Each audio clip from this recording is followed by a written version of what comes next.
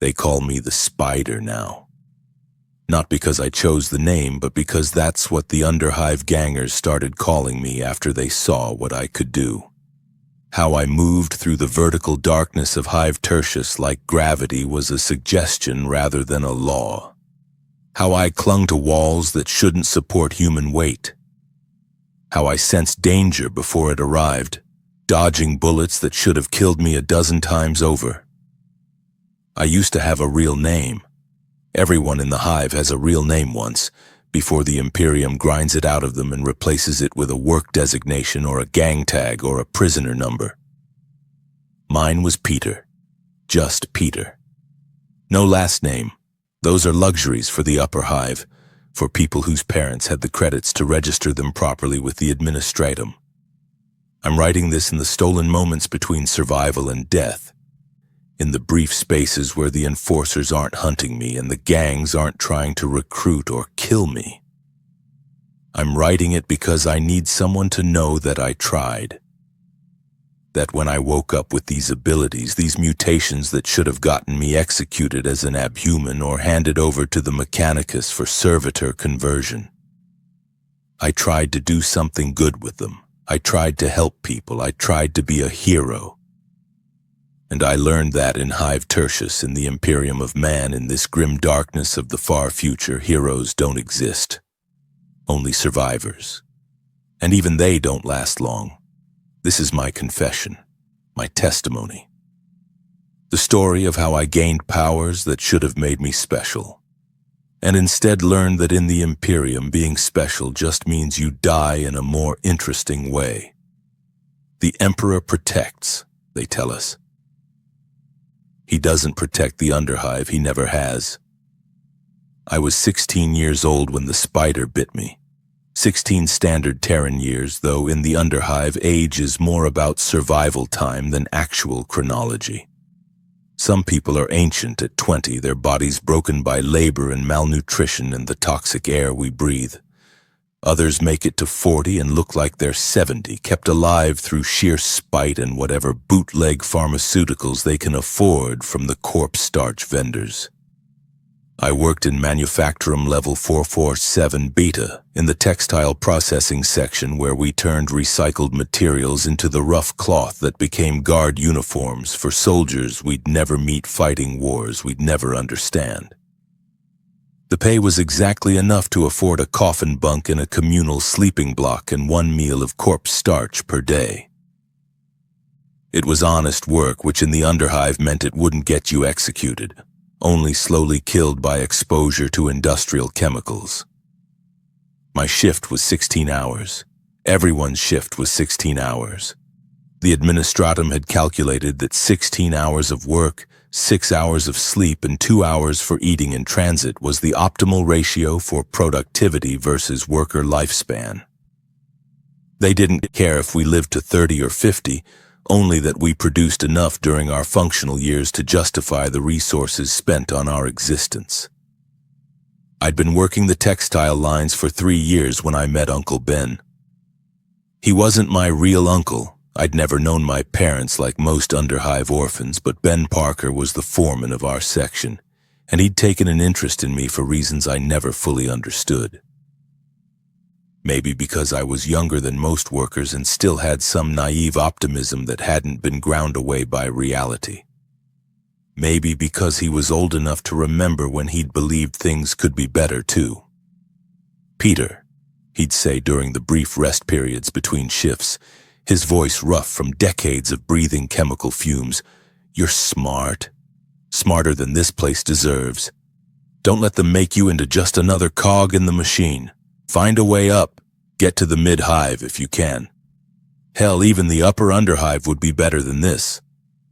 "And how do I do that?" I'd ask, because the question seemed relevant. Upward mobility in a hive city was theoretically possible, but practically impossible. You needed credits, connections, or skills valuable enough that someone in the upper levels would sponsor your ascent. "I don't know," he'd admit. "But you'll figure something out. You've got that look like you still think the world owes you more than slow death in a textile factory." He was right. I did think that. I was wrong. The spider came from the upper levels. That's the only explanation that made sense, because the creatures we had in the underhive were mutated rats the size of dogs, toxic fungi that grew in the moisture condensers, and insects that had adapted to eat industrial waste. We didn't have spiders, certainly not spiders like this one. It was beautiful in a way that was probably heretical to admit. About the size of my palm, with a body that seemed to shimmer with colors that shouldn't exist in nature. Iridescent greens and purples that hurt to look at directly. Its eyes were too intelligent, tracking my movement as I passed through the ventilation maintenance shaft I'd been sent to clear. I should have reported it immediately, should have flagged it as possible Xenos contamination or mutation requiring inquisitorial investigation.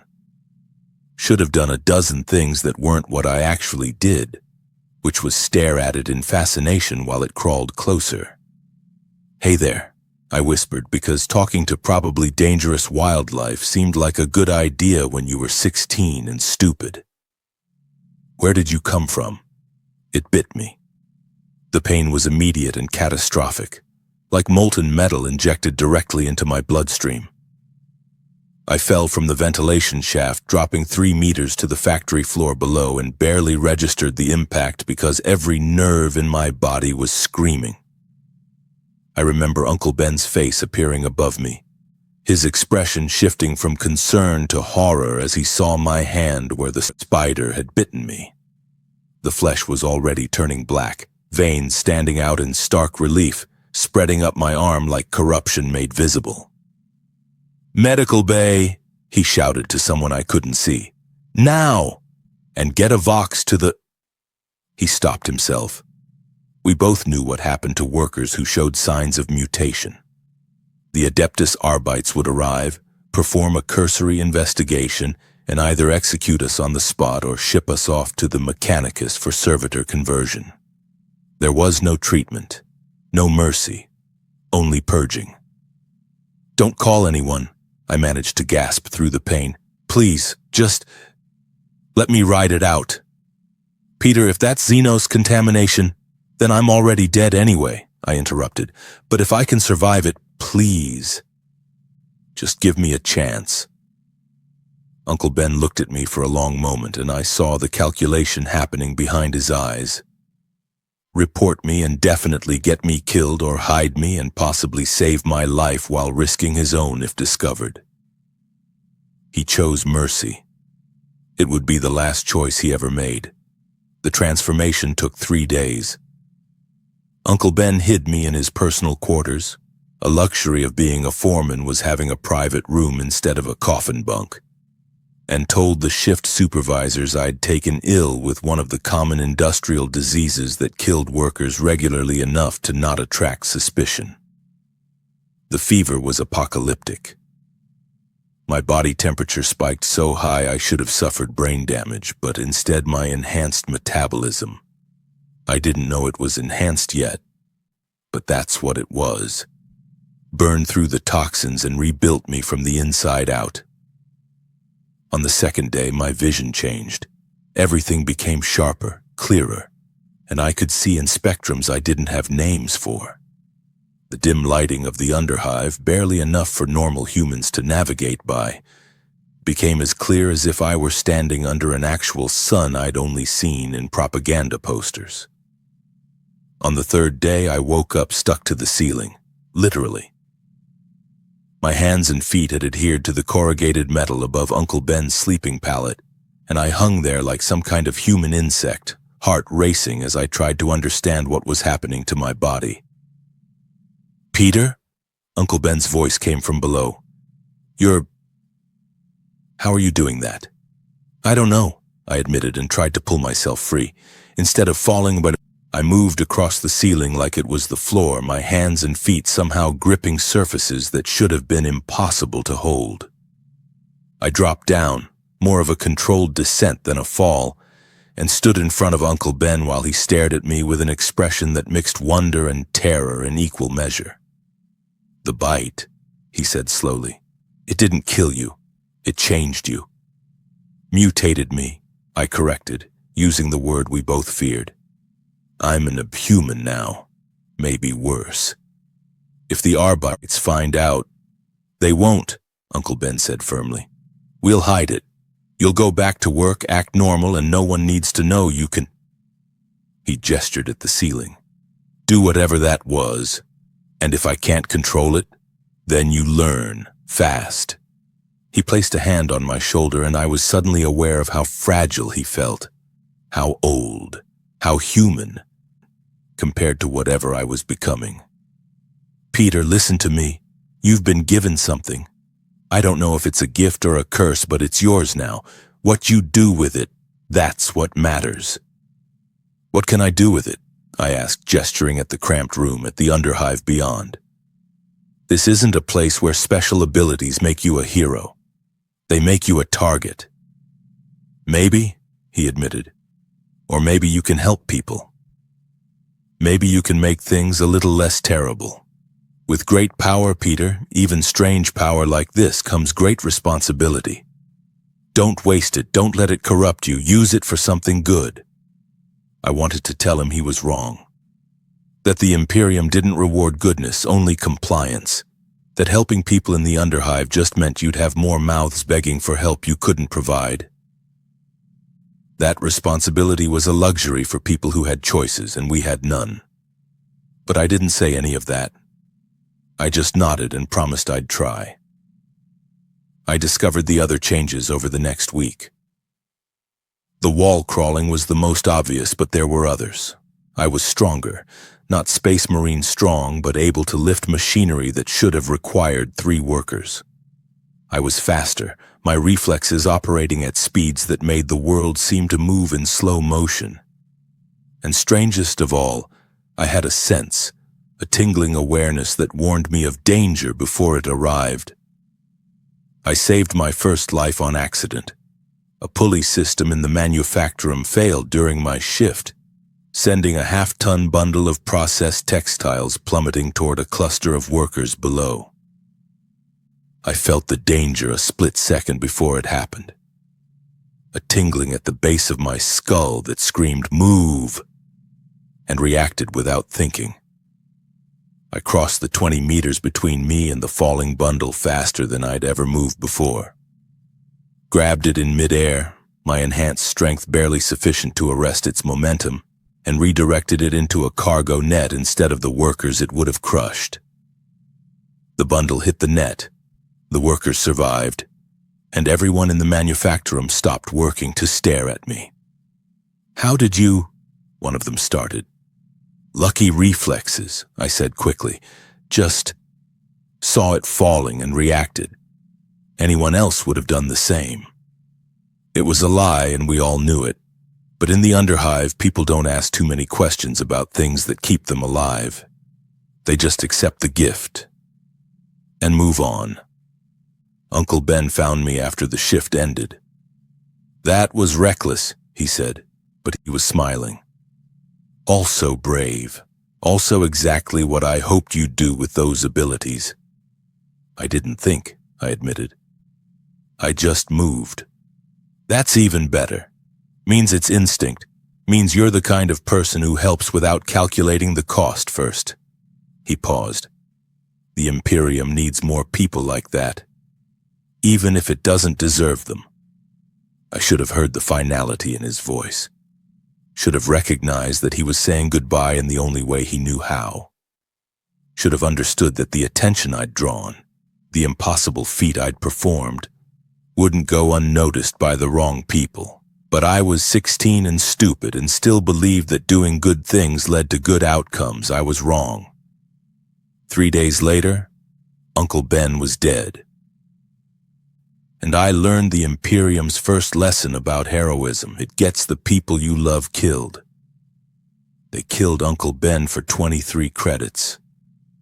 23 Imperial credits. Barely enough to buy 2 days' worth of corpse starch rations.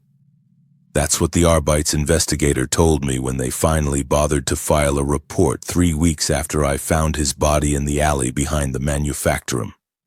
Shot twice in the chest with a stub pistol, his pockets turned out. His identity chip ripped from his neck so whoever killed him could sell it on the black market. Standard underhive homicide, the investigator said, his voice processed through a rebreather that made him sound like a servitor. No witnesses, no suspects, case closed, the Emperor's peace be upon him. No witnesses except me, arriving too late. No suspects except the man I'd let run past me 30 minutes earlier. Let me explain. I'd been using my abilities for 2 weeks by then. Small things, careful things, helping where I could without drawing too much attention. Catching workers who slipped on the catwalks. Moving heavy equipment that would have injured people. Using my danger sense to warn others about machinery failures before they became fatal. I'd started to believe Uncle Ben was right. That maybe these powers, this mutation, could be used for something good, that I could make the underhive a little less terrible, one small act at a time. I was heading home from my shift, taking the usual route through the maintenance corridors that connected the manufactorum to the residential blocks when I felt it. The tingling. The warning sense that had saved my life a dozen times already. Danger. Close. Immediate. I pressed myself against the wall just as a man burst around the corner running full sprint, clutching a satchel to his chest. He was thin. Everyone in the underhive was thin, with gang tattoos marking him as a rust walker, one of the smaller criminal organizations that controlled level 445. He looked at me. I looked at him. "Move," he growled, brandishing a stub pistol that looked older than I was. I could have stopped him, could have webbed him to the wall with the strange adhesive substance my body had started producing. I'd discovered that ability 3 days prior, much to my confusion and disgust. Could have used my strength to disarm him, my speed to dodge whatever threat he posed, but I didn't, because stopping him meant revealing what I was. Meant drawing attention. Meant risking exposure as a mutant, which meant execution or servitor conversion. And for what? To recover whatever he'd stolen? To prevent one crime among the thousands that happened daily in the underhive? I stepped aside. He ran past me, his footsteps echoing down the corridor, and disappeared into the vertical maze of the hive city.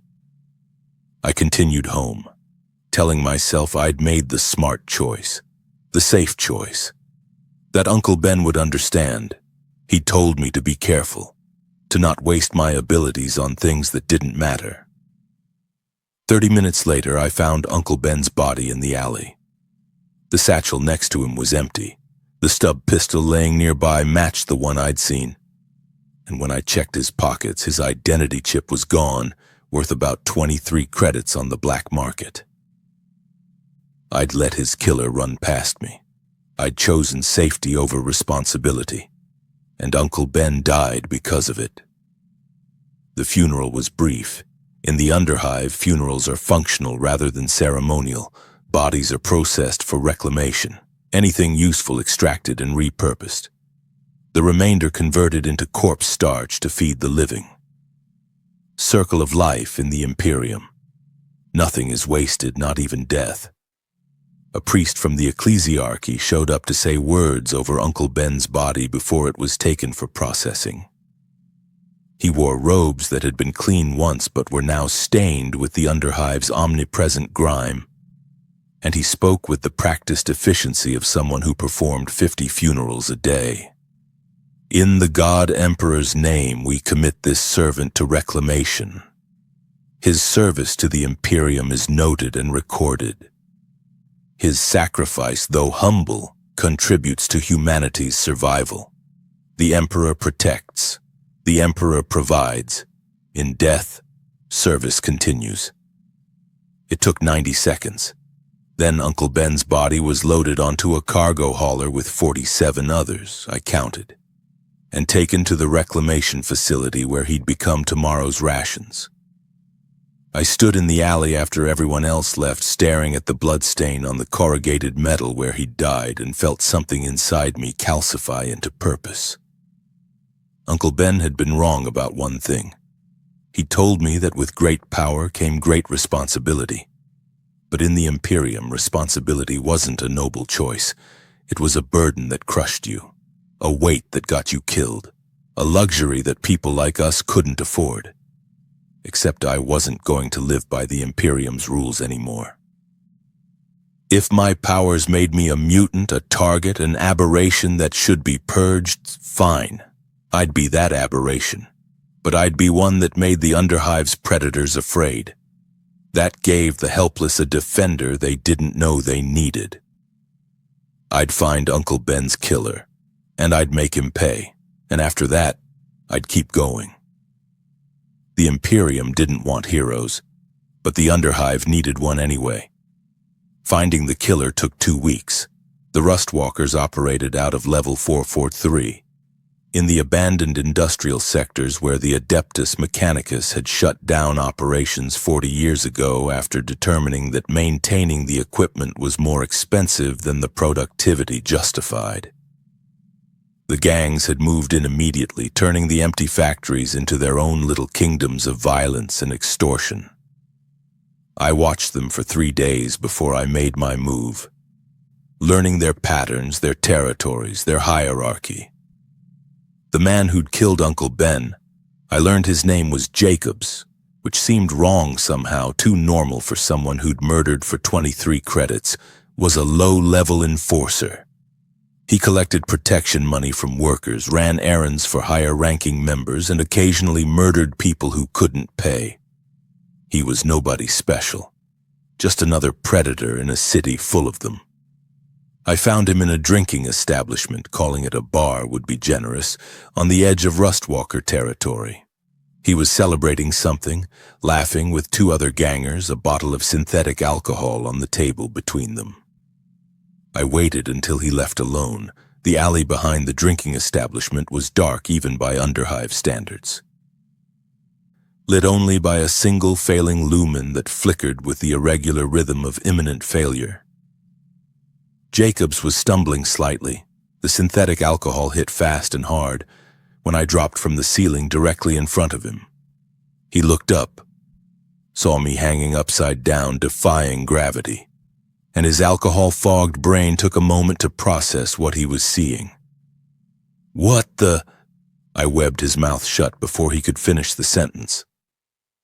The adhesive substance that my body produced was stronger than any industrial glue I'd encountered. I'd tested it extensively over the past weeks, and it could hold several tons of weight. Jacobs wasn't going anywhere. I dropped to the ground, landing silently despite the 3-meter fall, and faced him. 2 weeks ago, I said, my voice shaking with rage I'd been containing for days, you killed a man in an alley. Shot him twice, stole his identity chip. Do you even remember his name? Jacob's eyes widened in recognition, not of Uncle Ben, but of the situation he was in. He tried to pull the webbing off his mouth, but it wouldn't budge. His name was Ben Parker, I continued. He was a good man, the only person in this entire toxic hive who gave a damn about me, and you killed him for 23 credits. I raised my fist, enhanced strength coiling through muscles that could punch through corrugated steel. So now you're going to pay for that. I didn't kill him, I wanted to. Emperor knows I wanted to. My fist was pulled back, trajectory calculated, force sufficient to cave in his skull with a single blow. It would have been easy, quick. Justice, or at least revenge disguised as justice. But as I looked at his terrified face, webbing covering his mouth, tears streaming down his cheeks, the pathetic whimpering of someone who dispensed violence their entire life and never expected to receive it in return, I realized something. Killing him would make me just another predator, another person who solved problems with violence, another monster in a city full of monsters. Uncle Ben had told me to use my power responsibly. Murder wasn't responsibility, it was surrender. I lowered my fist. You're going to turn yourself in, I said. You're going to confess to the Arbites. You're going to tell them exactly what you did. Jacobs made muffled sounds of protest behind the webbing. Or, I continued, I'm going to find you again. And next time I won't hesitate. I ripped the webbing off his mouth. It came away with a layer of skin, making him scream, and watched him collapse to his knees. What are you? He gasped. Someone who's done letting people like you hurt people like him, I replied. I webbed him to the alley wall, leaving him suspended 2 meters off the ground, and disappeared back into the shadows of the underhive. Behind me, I heard him screaming for help. No one came. In the underhive, screaming was just background noise. Jacobs didn't turn himself in. I know because I checked with the Arbites precinct the next day using forged credentials I'd stolen from a dead administratum worker I'd found in the recycling chutes. No confession, no arrest, no justice. Of course not.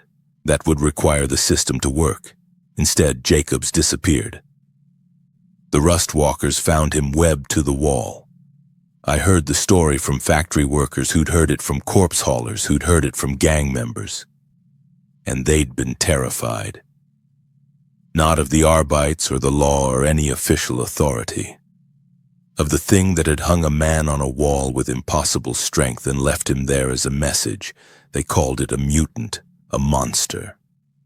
Something from the deep underhive where failed experiments and escaped human labor slaves supposedly lurked. They weren't entirely wrong. Word spread quickly through the lower levels. Something was hunting in the underhive, something that could climb walls, move faster than human eyes could track, and had strength beyond natural limits. The gang started posting extra sentries. The predators started looking over their shoulders. For the first time in my memory, the underhive's predators were afraid, and I realized I'd discovered something important. Fear was a tool. Maybe the only tool that worked in a place where law meant nothing and violence was the only language anyone spoke.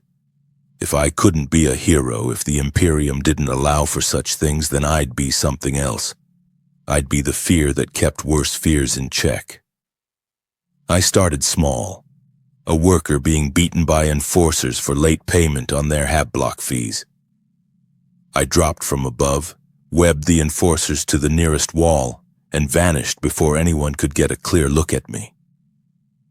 A woman being dragged into an alley by 3 men whose intentions were clear. I intervened, moving so fast they never saw me coming, leaving them unconscious and the woman safely away. A corpse starch vendor watering down his product with industrial runoff to increase profits while children starved on the margins. I left him hanging from his own storefront, covered in his adulterated product with a note, "The Emperor sees your sins." Each intervention was quick, anonymous, impossible to explain through normal means. The stories started to merge into legend. The thing in the shadows, the wall crawler, the creature that protected the helpless and punished the predators. They started calling me the Spider. Not because they knew about the bite. No one knew that except me and the spider that was probably long dead. But because of how I moved, how I appeared from impossible angles, how I seemed to defy the very architecture of the Hive city.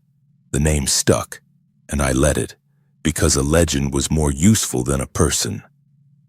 Legends couldn't be caught, couldn't be killed, couldn't be turned into servitors or executed as muties. Legends just were. I was 3 months into my vigilante campaign when I realized I'd made a terrible mistake. I'd assumed that helping people, stopping crimes, creating fear among the predators would make things better, that I could make a difference through action. But the Imperium doesn't tolerate difference. It wasn't the gangs that came for me. It was the Adeptus Arbites. Because in the Imperium, unauthorized violence, even violence against criminals, is still violence, and violence is the state's monopoly. Someone protecting people without authorization, creating fear without official sanction, dispensing justice without proper bureaucratic approval. That was heresy. And heresy, they explained as they flooded the lower levels with shock troops and servitor hounds, demanded purging. I'd wanted to help people. Instead, I'd painted a target on myself and everyone around me. Uncle Ben had been wrong about one more thing. He'd said responsibility came with power. But in the Imperium, power just attracted bigger predators. And the biggest predator of all was the system itself. The raids began at 400 hours standard hive time. I was on the ceiling of my hab block. I'd given up sleeping in my assigned coffin bunk weeks ago, preferring the relative safety of vertical surfaces where no one thought to look, when I felt the danger sense explode through my consciousness like a las round through soft tissue. Danger, massive, immediate, everywhere. I dropped to the floor and peered through the gap in my hab unit's door just as the Arbites shock troops breached the residential block. They came in formation, 12 soldiers in carapace armor carrying shotguns loaded with executioner rounds designed to stop even enhanced humans. Behind them came 3 cyber mastiffs, servitor hounds with targeting systems where their eyes used to be and powered jaws that could bite through ceramite. And leading them was an Arbites judge. I'd never seen one in person before. The judges were the Adeptus Arbites elite, investigators, executioners, and judges combined into one terrifying package. This one wore full power armor painted in the black and red of the Arbites, his helmet displaying a skull motif that seemed designed to inspire maximum terror in those he hunted. When he spoke, his voice was amplified through external voxcasters filling the entire hab block with mechanical authority. Attention citizens of Hab Block 447 Gamma. An abhuman mutant has been operating in this sector. The creature known as the Spider is classified as an extreme threat to Imperial peace. Any citizen with information regarding this creature's identity or whereabouts is ordered to come forward immediately. Failure to cooperate constitutes accessory to heresy and will be punished accordingly. Through the gap in my door, I watched as the shock troops began kicking in hab unit doors. They dragged out residents, men, women, children, and lined them up against the corridor walls. The cyber mastiffs sniffed each one, their augmetic noses analyzing biological markers, searching for genetic abnormalities. They were searching for me. 3 months of helping people, and this was my reward. Not gratitude, not justice, just a manhunt that would get innocent people killed if I didn't act. I could run. My abilities made me faster than normal humans, and I knew the underhive's vertical geography better than anyone. I could disappear into the maintenance shafts, the ventilation systems, the forgotten spaces between levels. But running meant abandoning these people to the Arbites' interrogation methods. And Arbites' interrogations in the underhive weren't gentle. I made a choice that was probably stupid. I stepped out of my hab unit, hands raised. "I'm the one you're looking for," I said. Every weapon in the corridor swung toward me, 12 shotguns, 3 cyber mastiffs, the judge's bolt pistol, which appeared in his hand faster than I could track. "On the ground!" the judge commanded. "Now!" My danger sense was screaming, but I complied, dropping to my knees, hands still raised. Around me, the residents of my hab block stared with expressions ranging from shock to relief to betrayal. They'd heard the stories about the Spider. Some had probably been helped by me. But now they were seeing the truth. I was just another abhuman, another mutant, another thing that needed to be purged. The judge approached slowly, his bolt pistol never wavering from my center mass. "You are the creature known as the Spider?" he asked. "I'm Peter," I replied. "I'm not a creature, I'm just—" "Genetic scan," he ordered, and one of the cyber mastiffs lunged forward. I felt my danger sense spike a split second before the servitor hound reached me, its jaws opening to take a sample of my flesh for analysis. Instinct overrode conscious thought.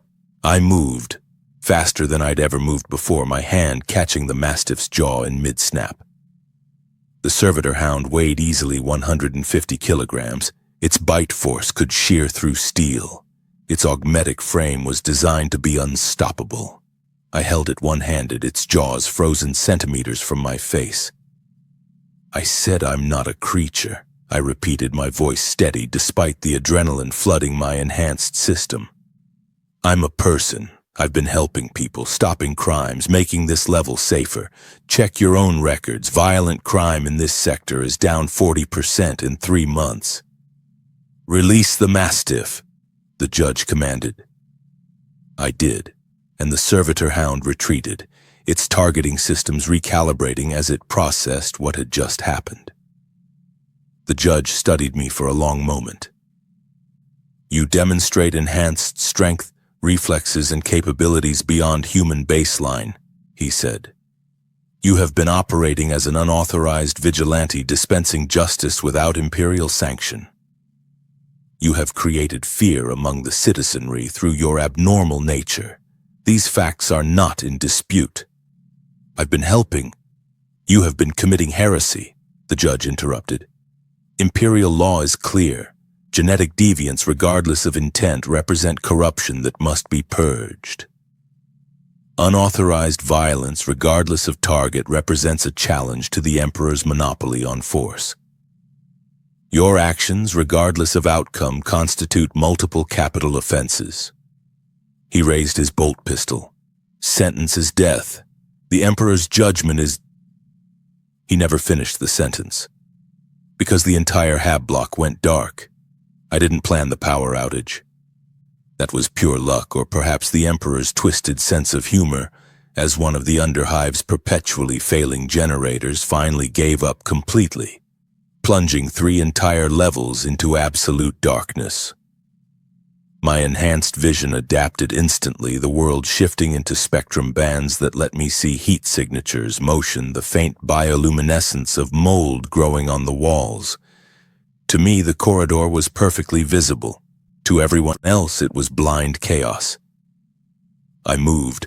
My danger sense guided me through the confusion, warning me of shotgun barrels swinging in panic, of cyber mastiffs lunging at sounds they couldn't see, of the judge's bolt pistol tracking for targets he couldn't identify.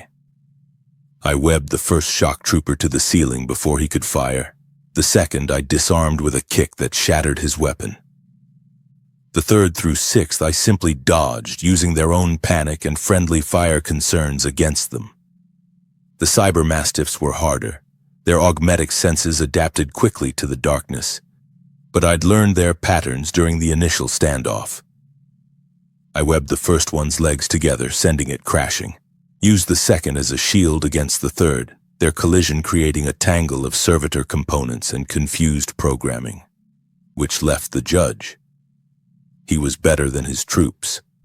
Military-grade augmetics gave him enhanced vision that compensated partially for the darkness, and his power armor made him strong enough to match my enhanced strength, at least temporarily. His bolt pistol tracked me through the chaos, and I felt my danger sense spike. I dodged left.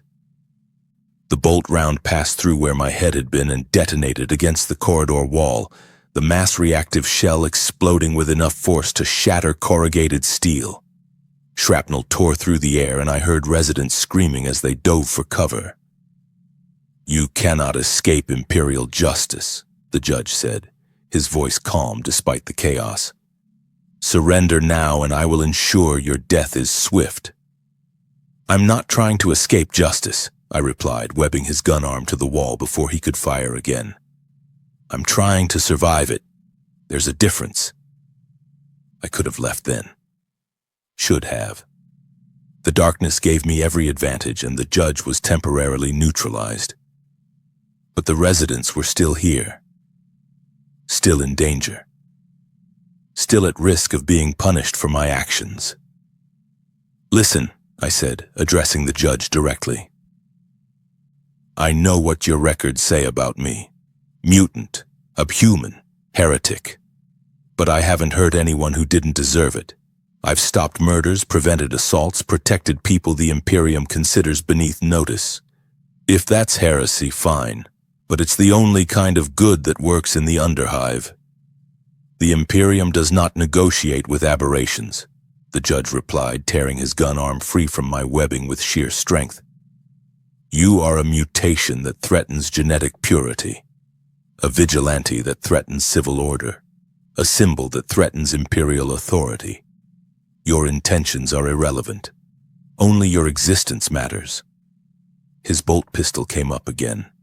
My danger sense screamed, and I realized something terrible. He was right, not morally right. Uncle Ben would have said that intentions mattered, that helping people mattered, that being good was more important than being legal. But practically right.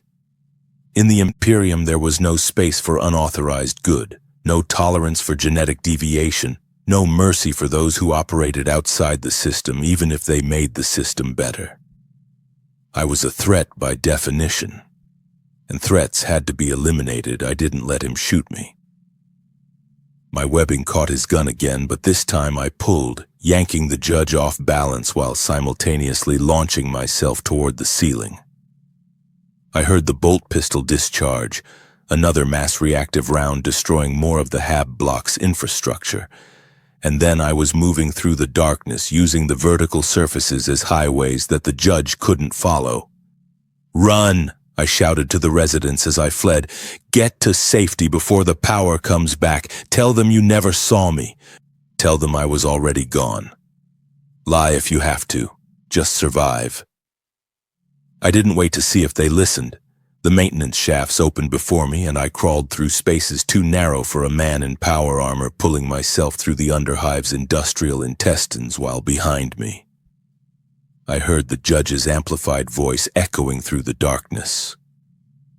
"All units, the Spider is escaping. Seal all exits from Sector 447. Deploy tracking servitors. Authorization for lethal force is confirmed. Find the mutant and kill it. It, not him, not Peter, it." I was no longer a person in the Imperium's eyes. I was just an aberration that needed correcting. I went deep, deeper than I'd ever gone before, descending through levels of the Hive that had been abandoned so long that even the gang territories didn't extend this far. Down where the air was thick with toxic spores and the metal walls wept with condensation that burned exposed skin. Down where the only light came from bioluminescent fungi and the occasional electrical discharge from failing systems. Down to where the underhive's forgotten things went to die. I found a chamber, probably a storage room decades ago, now empty except for rust and time, and collapsed against the wall, my enhanced body shaking with exhaustion despite its augmented stamina. 3 months of helping people, 3 months of making a difference, and the result was a manhunt that would probably kill dozens of innocent people before it ended. I'd been so stupid, so naive. I'd thought that doing good was enough, that helping people would matter. That the Imperium, monstrous as it was, would at least tolerate someone making things slightly less terrible. But the Imperium didn't tolerate anything. It only consumed. And I'd learned the same lesson every idealist eventually learned. Good intentions meant nothing in a system designed to crush them. Uncle Ben had been wrong. Power didn't bring responsibility, it brought consequences. And the consequences for trying to be a hero in the Imperium were always the same. Death, or worse. I stayed in the deep underhive for 2 weeks. It should have been impossible. Toxic air, the absence of food, the temperature extremes should have killed a normal human in hours. But my enhanced metabolism adapted, processing toxins that would have dissolved normal lungs, going without food by burning fat reserves that regenerated unnaturally fast, regulating my body temperature through means I didn't understand. The spider bite had made me more than human. The question was, had it made me enough? I monitored the upper levels through jury-rigged Vox intercepts, listening to Arbites communications as they tore apart Sector 447 looking for me. They'd arrested 247 people for suspected collaboration with an abhuman entity. 83 had been executed after interrogation. The rest were shipped to penal colonies or servitor conversion facilities. 247 people punished because I'd tried to help. The number sat in my gut like a stone. I could turn myself in, end the manhunt, save whoever was left. But the interrogations wouldn't stop. They'd want to know how I'd gotten my powers. Who else knew if there were more aberrations hiding in the underhive? They'd torture answers out of me and then kill everyone I'd ever spoken to, just to be thorough. Or I could stay hidden. Let the Arbites eventually give up. Let the story of the spider become just another underhive legend that parents told children to keep them from wandering into dangerous sectors. Both options felt like surrender. On the 15th day, I made a decision. I was going back up, not to surrender, not to hide, but to finish what I'd started. If the Imperium wanted to hunt an aberration, fine. I'd give them one. But I'd also give the underhive something it hadn't had in living memory. Hope that even the system's cruelty could be resisted. I'd be the spider they feared, and maybe, just maybe, that fear would create enough space for the people I'd been trying to protect to survive a little longer. It wasn't heroism, but in the Imperium, it was the best anyone could hope for. The first thing I learned upon returning to the inhabited levels was that my absence had created a power vacuum. The gangs, those wonderful arbiters of underhive justice who'd spent decades preying on the weak, had interpreted the Arbites' failure to find me as proof that the spider was either dead or scared into permanent hiding. Either way, the thing that had made them afraid was gone. They'd celebrated by returning to business as usual with renewed enthusiasm. I discovered this when I found a corpse in the maintenance shaft that led back to Sector 447.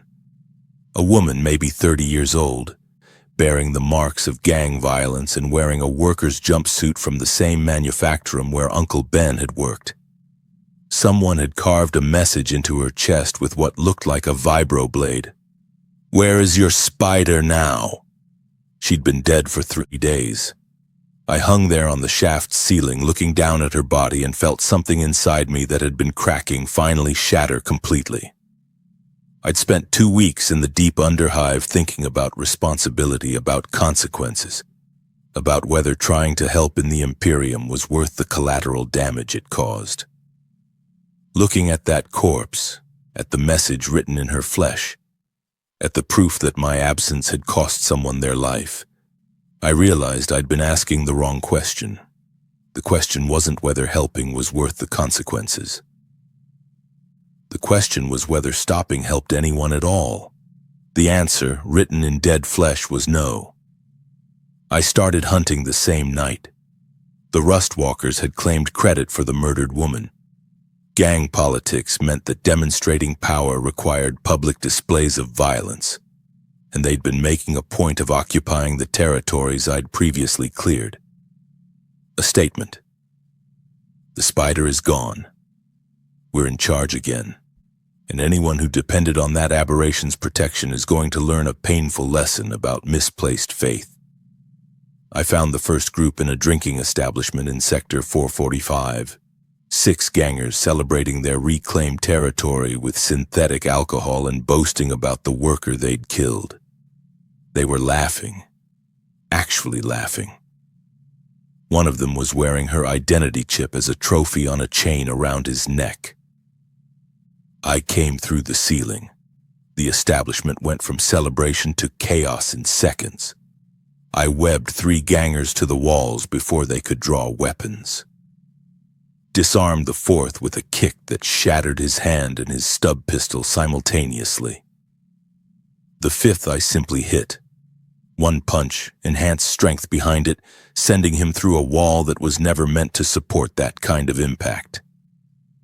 The 6th, the one wearing the identity chip, I saved for last. "Where is my spider now?" I asked, my voice cold as void space, holding him against the ceiling by his throat. "Right here, right above you, where I've always been."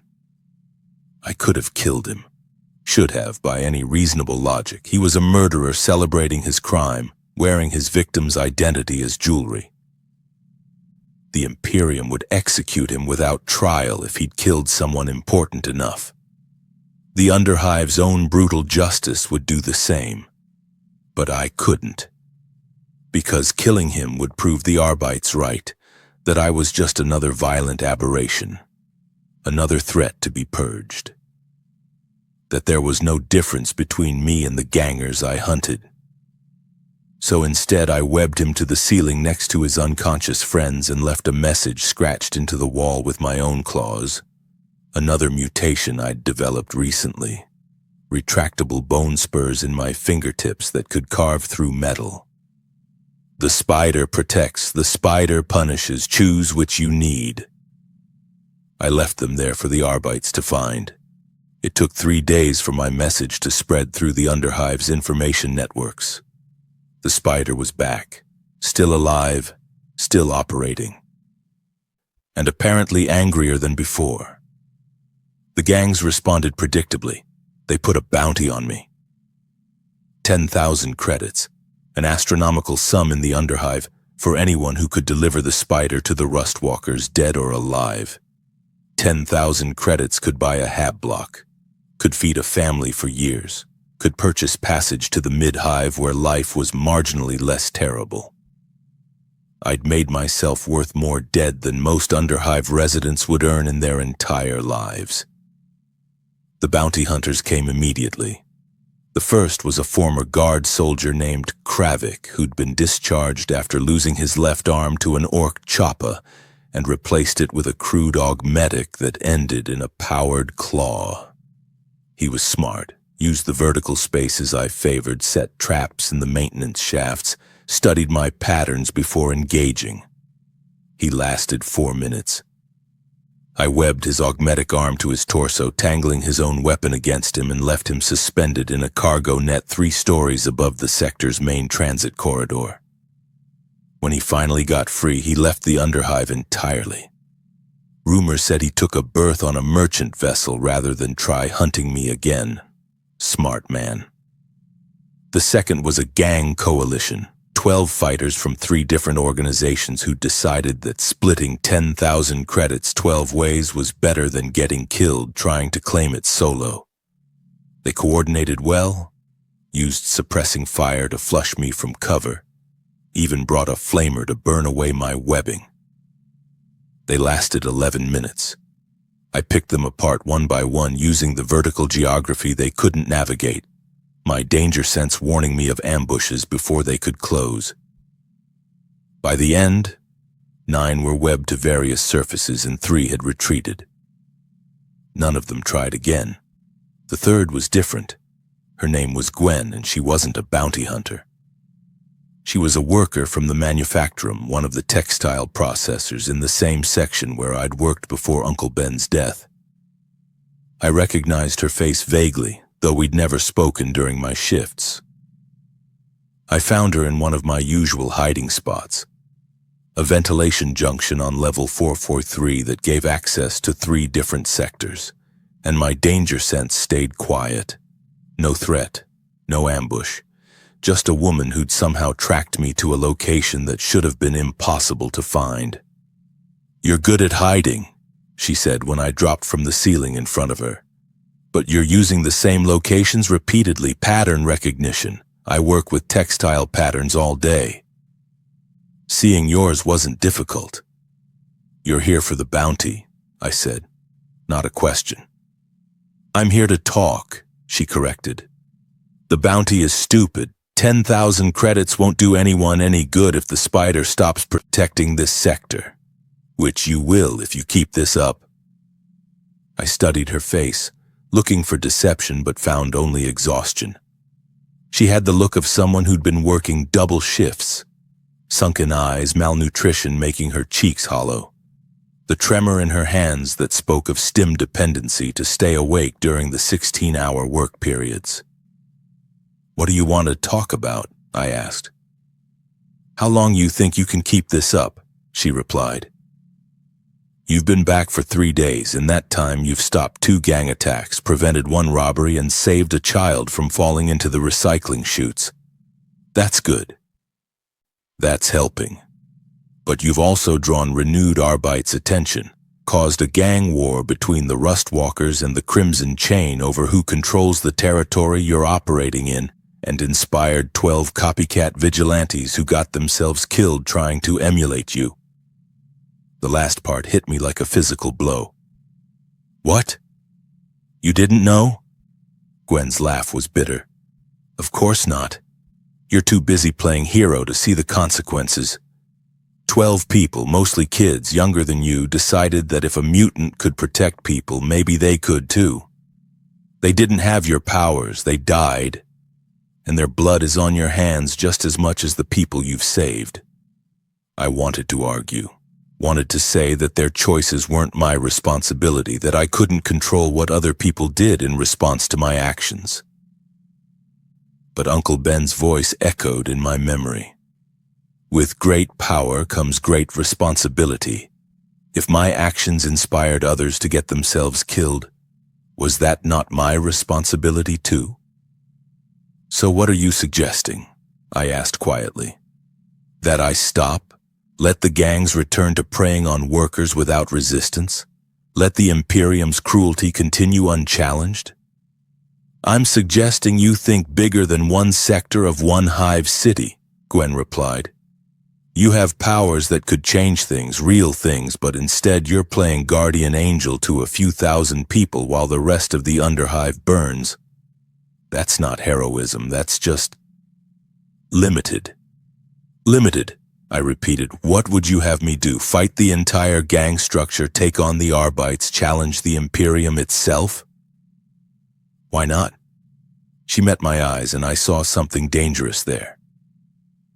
Something that looked like hope, which was the most dangerous thing in the underhive.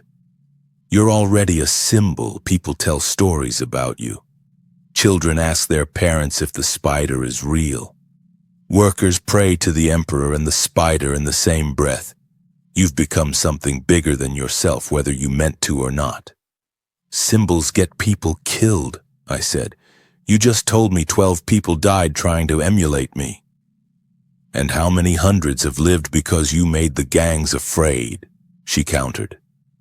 How many workers made it home safely because predators were looking over their shoulders? You can't calculate morality like a manufacturum output quota, Spider.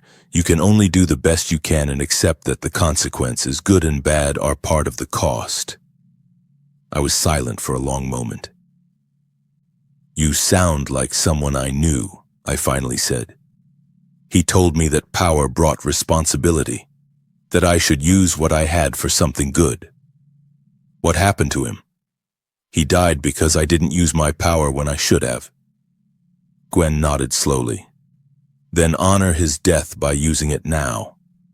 Not just in one sector, not just against one gang, but against the whole rotten system that made his death meaningless in the first place. That sounds like heresy, I pointed out. Everything worth doing in the Imperium is heresy, she replied. The question is whether you have the courage to commit it. She left me with that thought, disappearing back into the underhive's human traffic, leaving me alone with a question I wasn't ready to answer. Could I fight the system itself? Should I? The Imperium was vast beyond comprehension. 1,000,000 worlds. Quadrillions of souls.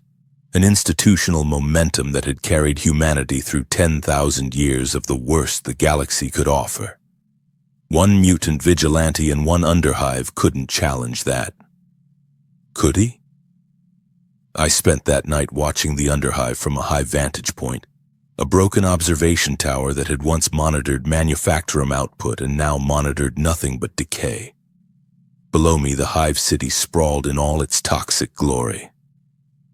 Millions of souls stacked vertically, living in spaces measured in cubic meters, working jobs that would kill them slowly, eating food that barely qualified as nutrition, serving an Imperium that viewed them as resources to be expended, And somewhere in that vast human machine, 12 people had died trying to be like me. 12 people who'd looked at the spider and thought, if an aberration can make things better, maybe I can too. I'd inspired them, I'd killed them. Both things were true. Gwen was right about one thing. I'd become a symbol whether I wanted to or not. The question was, what kind of symbol? A cautionary tale about the price of resistance? A legend that inspired more deaths? Or something else entirely? Uncle Ben had told me that with great power came great responsibility. But he'd never told me what to do when the responsibility was too great. When the power wasn't enough. When trying to help caused as much harm as it prevented. I sat there until dawn, a relative term in the underhive where dawn meant the shift change bells rang and the human machinery started its daily grind, and tried to find an answer. I didn't find one. But I did find a decision. The next day I started leaving messages, not threats to gangers or warnings to predators, but something different. Messages carved into walls where workers would see them during shift changes. You are not ammunition. You are people. The Imperium lies. The Emperor does not protect. You must protect each other. Organize, resist, survive. Simple messages, dangerous messages, heretical messages. Messages that said, the system is wrong, you deserve better, you don't have to accept this. I didn't know if anyone would listen. I didn't know if the messages would inspire resistance or just get more people killed. But I knew that Gwen was right. Being a symbol that only punished gangers wasn't enough. If I was going to be hunted as a heretic anyway, I might as well commit heresies worth dying for. The Arbites noticed within a week. My danger sense woke me from sleep with an intensity that made my enhanced heart race. I was in a ventilation shaft on level 442 when I felt them coming. Not just shock troops this time, but something worse. I peered through a maintenance grate and saw them. 3 Arbites judges, a full platoon of shock troops, and something I'd only heard about in horrified whispers. An Astartes, a space marine from the Black Templars, his armor painted in the chapter's distinctive black and white. A chainsword almost as tall as I was strapped to his back, and a bolt pistol that looked like it could punch through hab-block walls maglocked to his thigh. They'd sent the Emperor's Angels of Death to hunt an underhive mutant. I'd officially become a problem that required extreme solutions. The Space Marine's amplified voice echoed through the sector, making my bones vibrate with its sheer volume. Aberration designated Spider. You have been judged guilty of genetic heresy, unauthorized violence, and sedition against imperial authority. The Emperor's mercy is offered one final time. Surrender yourself for immediate execution or be hunted through every level of this hive until you are found and destroyed. A pause. You have 10 minutes to comply.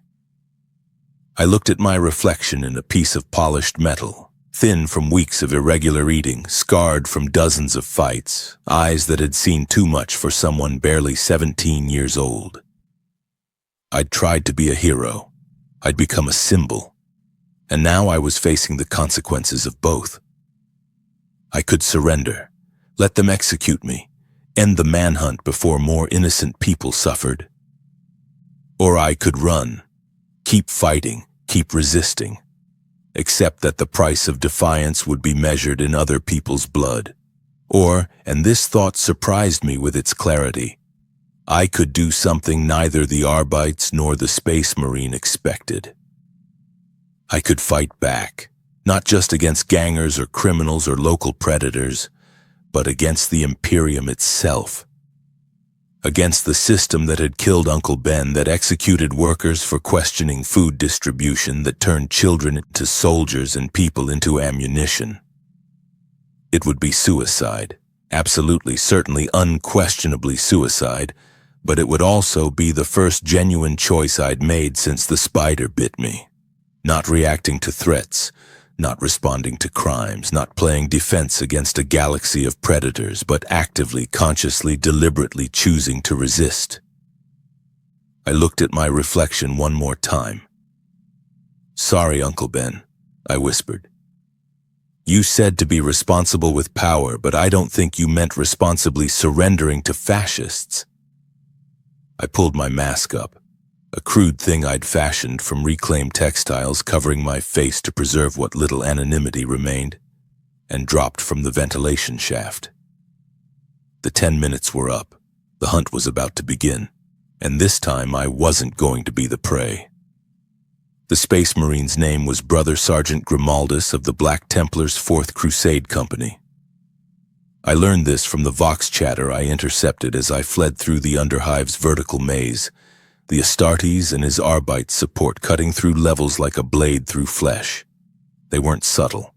They didn't need to be. When you're a 2.5-meter tall post-human killing machine wrapped in power armor that could shrug off anti-tank weapons, subtlety is optional. Terror, however, was very much their strategy. "Level 441 is sealed," Grimaldus's amplified voice boomed through the sector.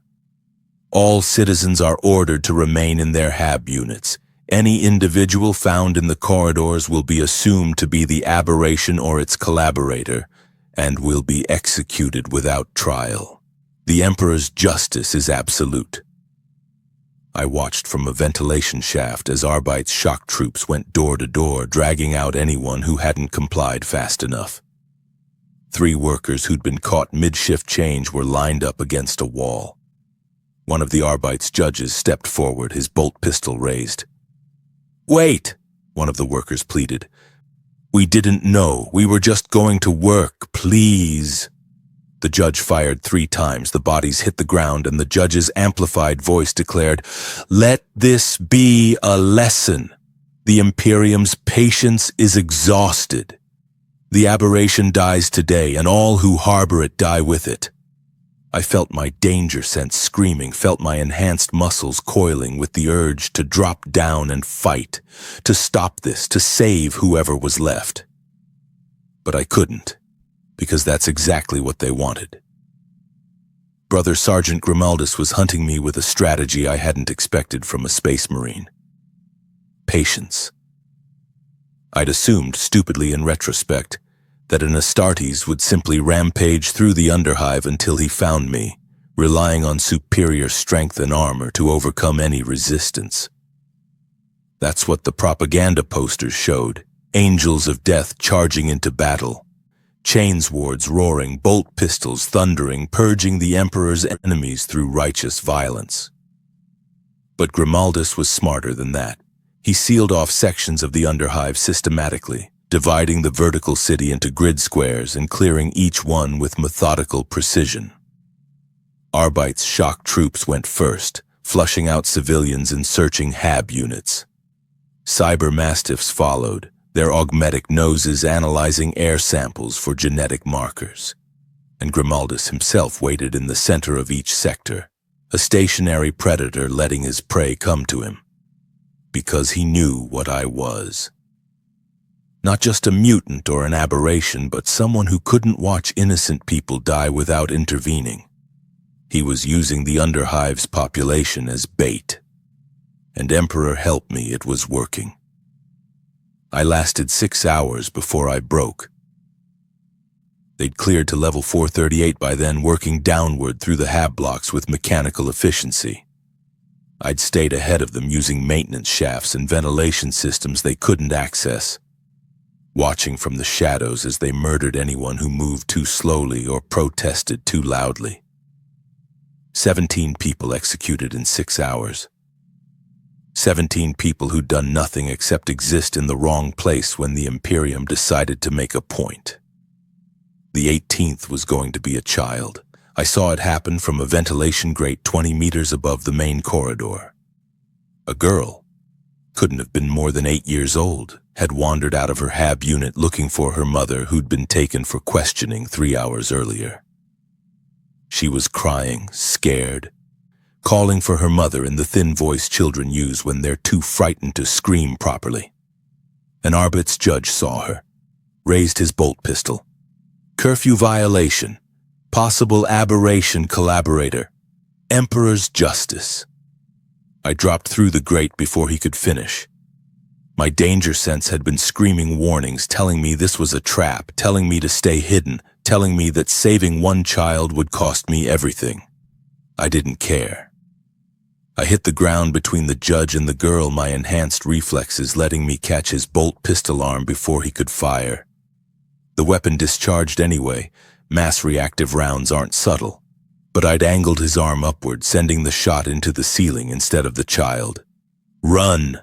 I shouted to the girl, and she did, disappearing into the maze of corridors while I faced the consequences of my choice. The judge was strong. Carapace armor and combat augmetics made him stronger than baseline human. But I was stronger. I twisted his arm, heard something break, and webbed him to the nearest wall before he could draw a backup weapon. Behind me, I heard the sound I'd been dreading. Heavy footsteps. Ceramite on corrugated steel getting closer. Brother Sergeant Grimaldus had found me. "So," the Space Marine's voice echoed through the corridor as he rounded the corner. "The aberration has a conscience. How disappointing. I was hoping you'd be more interesting." He was even larger in person than I'd imagined.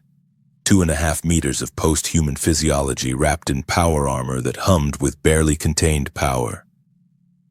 His helmet displayed the Black Templar's distinctive cross, and his armor bore purity seals and oath papers dating back centuries. The chainsword on his back was deactivated, but the bolt pistol in his hand was very much ready to fire. "You were using children as bait," I said, my voice steadier than I felt. "That's not justice, that's murder." "Justice and murder are often identical in the Imperium," Grimaldus replied, his tone almost conversational despite the helmet's vox distortion.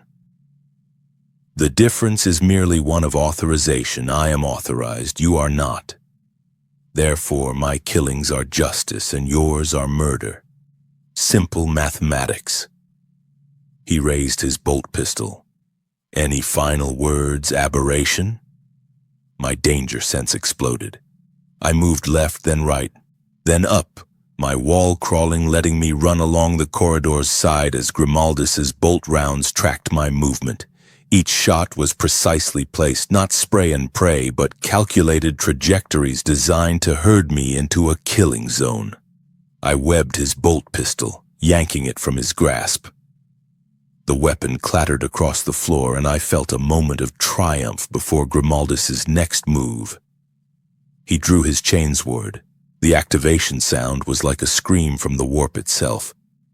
The blessed blade roaring to life, its teeth moving in a blur that could carve through tank armor.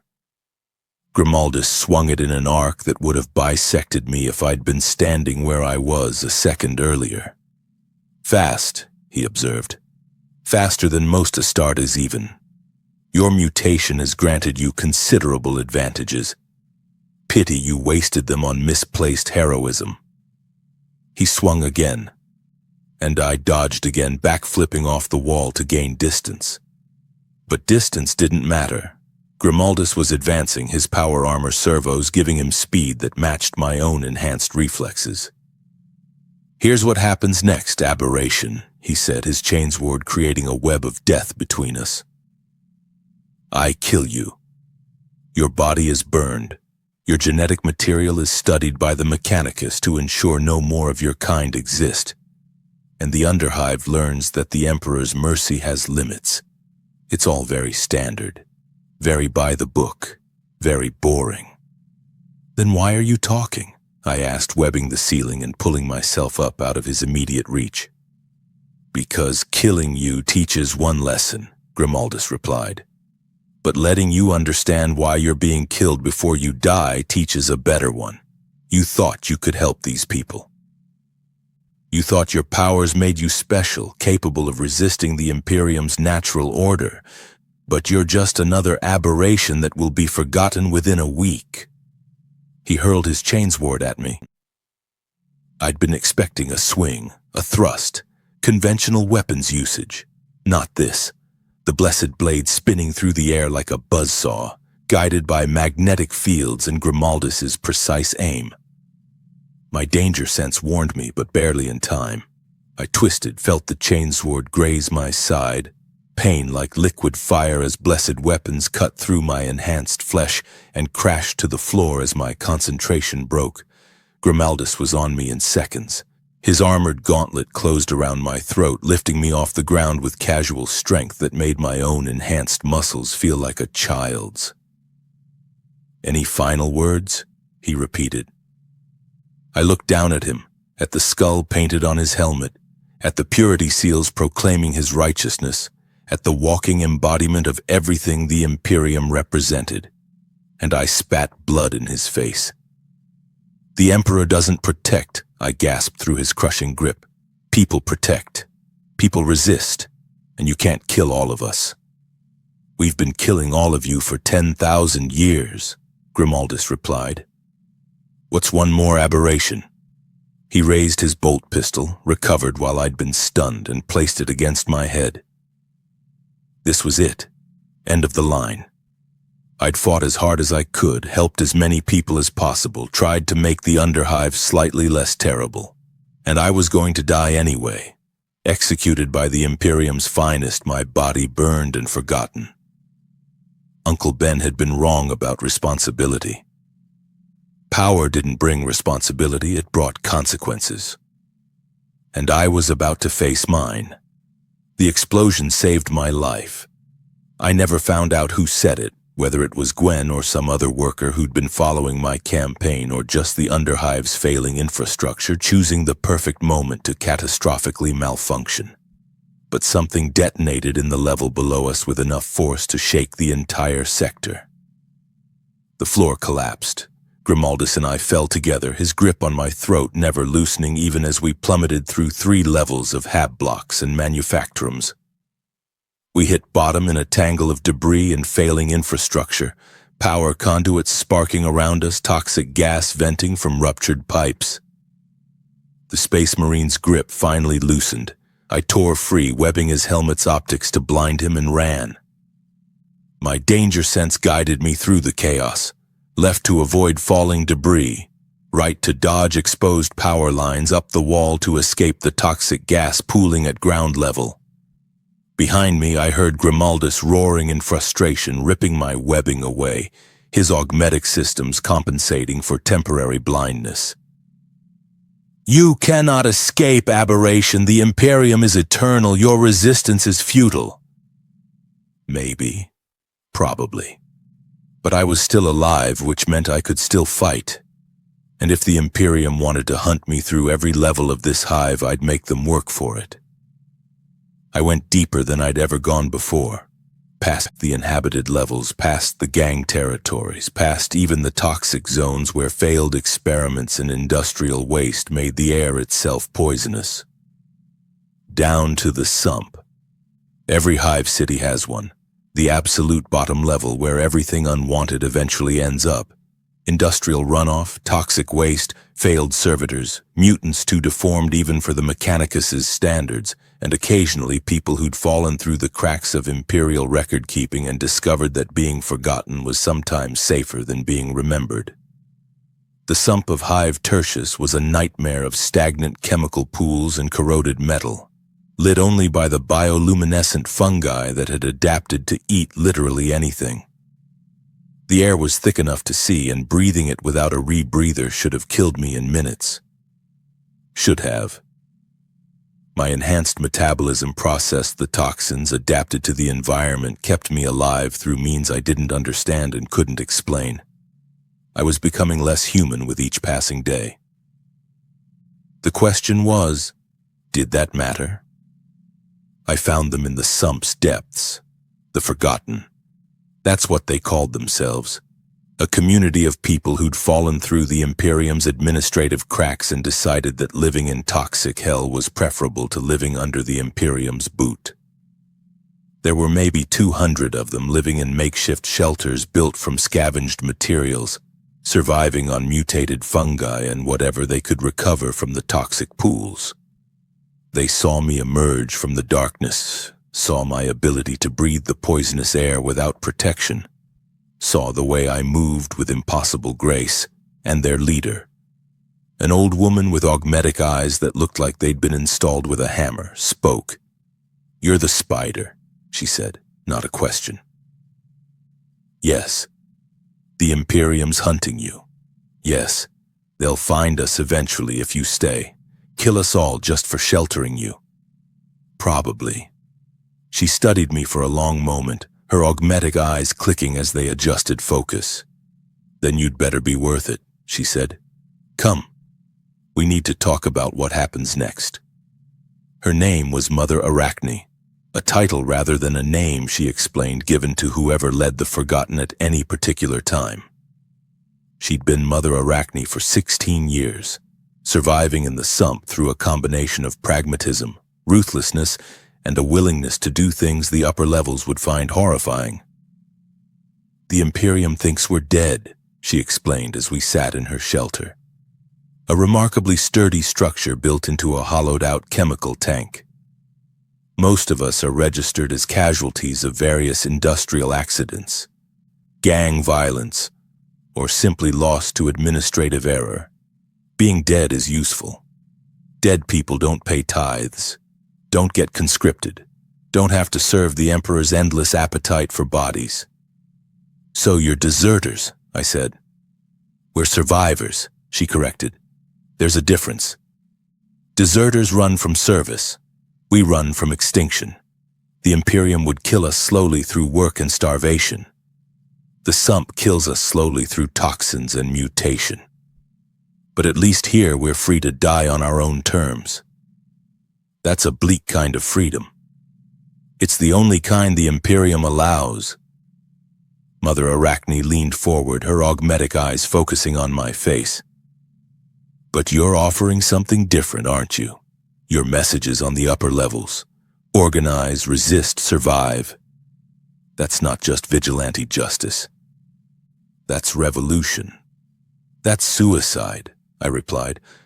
"The Imperium has been crushing resistance for 10,000 years. One mutant with spider powers isn't going to change that." "No," she agreed. "But one mutant with spider powers who becomes a symbol. Who shows people that the Imperium can be resisted? Who proves that even the Emperor's angels of death can be fought and survived?" She smiled, and it was the most dangerous expression I'd ever seen. "That might change everything. Or get everyone killed." "We're already being killed," Mother Arachne said.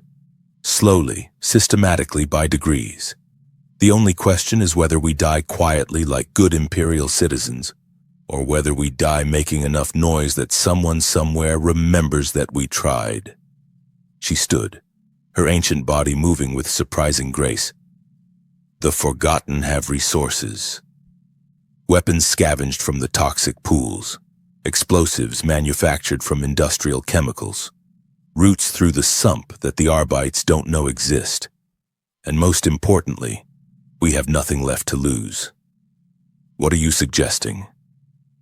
"I'm suggesting that if the Imperium wants to hunt the spider through every level of this hive," Mother Arachne said, "we make them pay for every meter. We turn the underhive into a war zone. We show the upper levels what happens when you push the Forgotten too far. That's insurrection. That's heresy of the highest order." "Yes," she agreed. "It is. So the question is, Spider, are you ready to commit heresy worth dying for? Or are you going to keep playing guardian angel while the Imperium slowly crushes everything you're trying to protect?" I thought about Uncle Ben, killed for 23 credits. I thought about the 17 people executed during Grimaldus's hunt. I thought about the 12 people who died trying to emulate me. I thought about Gwen's words. "Everything worth doing in the Imperium is heresy." And I realized that she was right. I'd been trying to work within the system to help people while not directly challenging Imperial authority. But the system didn't want to be improved. It wanted to be obeyed. And I was done obeying. "What do you need from me?" I asked. Mother Arachne's smile widened. "Everything," she said. "Your powers, your symbol, your willingness to become something the Imperium can't ignore. We'll provide the army. You provide the hope. Hope gets people killed in the Imperium. So does hopelessness," she countered. "At least this way. We'll die trying." The insurrection began at shift change on the third day after my meeting with Mother Arachne. We'd spent those 3 days preparing, the Forgotten emerging from the sump with weapons they'd been stockpiling for years while I mapped the underhive's vertical geography and identified strategic positions that would make the Arbites' systematic approach costly and slow. The plan was simple, brutal, and probably suicidal. Make the Imperium bleed for every level they tried to clear. Turn the underhive into a grinding war of attrition that would cost them more resources than my capture was worth. Force them to either withdraw or escalate to the point where they'd have to destroy the entire underhive, killing billions of workers the Imperium needed, just to eliminate one aberration. We were betting that the Administratum's cold mathematics would eventually conclude I wasn't worth the cost. It was a terrible plan. It was the only plan we had. The first strike hit the Arbites staging area on level 435. Brother Sergeant Grimaldus had established a forward command post in what had been a cargo distribution center, using it as a base to coordinate the systematic clearing of lower levels. 3 squads of Arbites shock troops, 2 cyber mastiffs, and the Space Marine himself protected by automated defenses and enough firepower to level a city block. We hit them with explosives. The Forgotten had spent decades scavenging industrial chemicals from the sump. Compounds that were technically classified as toxic waste, but could be repurposed as remarkably effective demolition charges. Mother Arachne's people had placed them throughout the distribution center's support structure during the previous shift change when workers still had access to the area. At precisely 0600 hours, when shift change meant maximum worker presence in the corridors as cover for our operatives, we detonated everything simultaneously.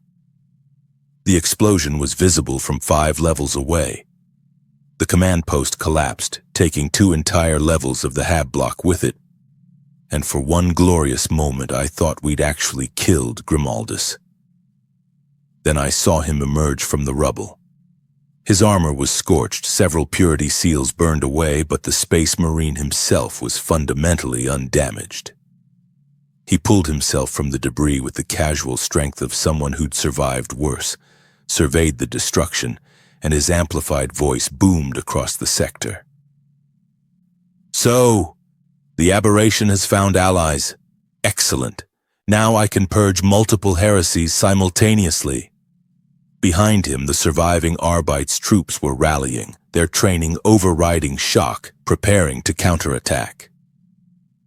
"Phase 2, I said into the stolen Vox unit we'd been using to coordinate. "Now." From corridors and ventilation shafts, from ceiling-mounted positions and hidden alcoves, the Forgotten opened fire. They weren't soldiers, weren't trained.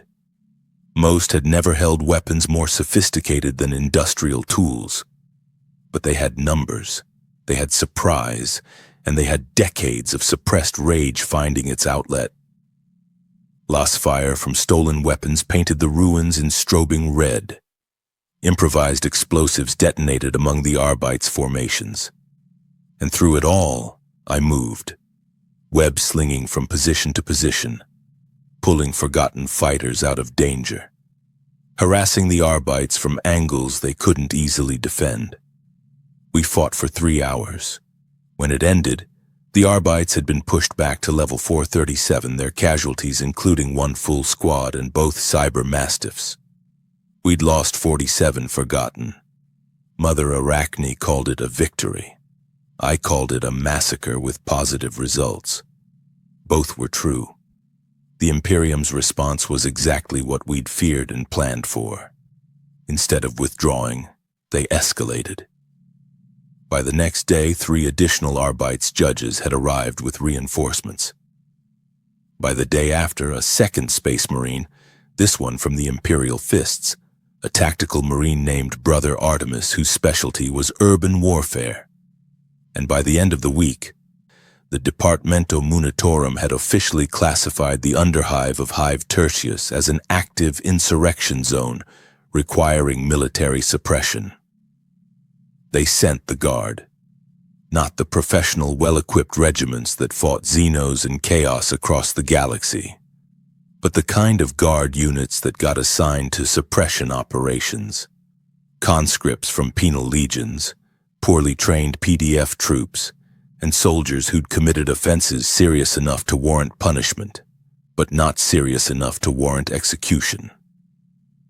Expendable troops for an expendable war. 5,000 of them flooding into the underhive with orders to shoot anything that resisted and arrest anything that didn't.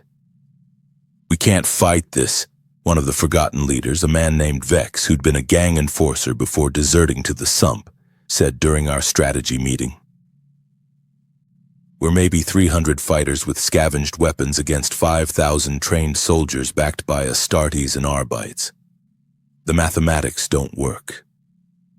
"The mathematics never worked," Mother Arachne replied calmly. "We're not trying to win militarily, we're trying to win symbolically. Every day we resist is another day that workers in the upper levels hear stories about the Spider and the Forgotten standing against the Imperium.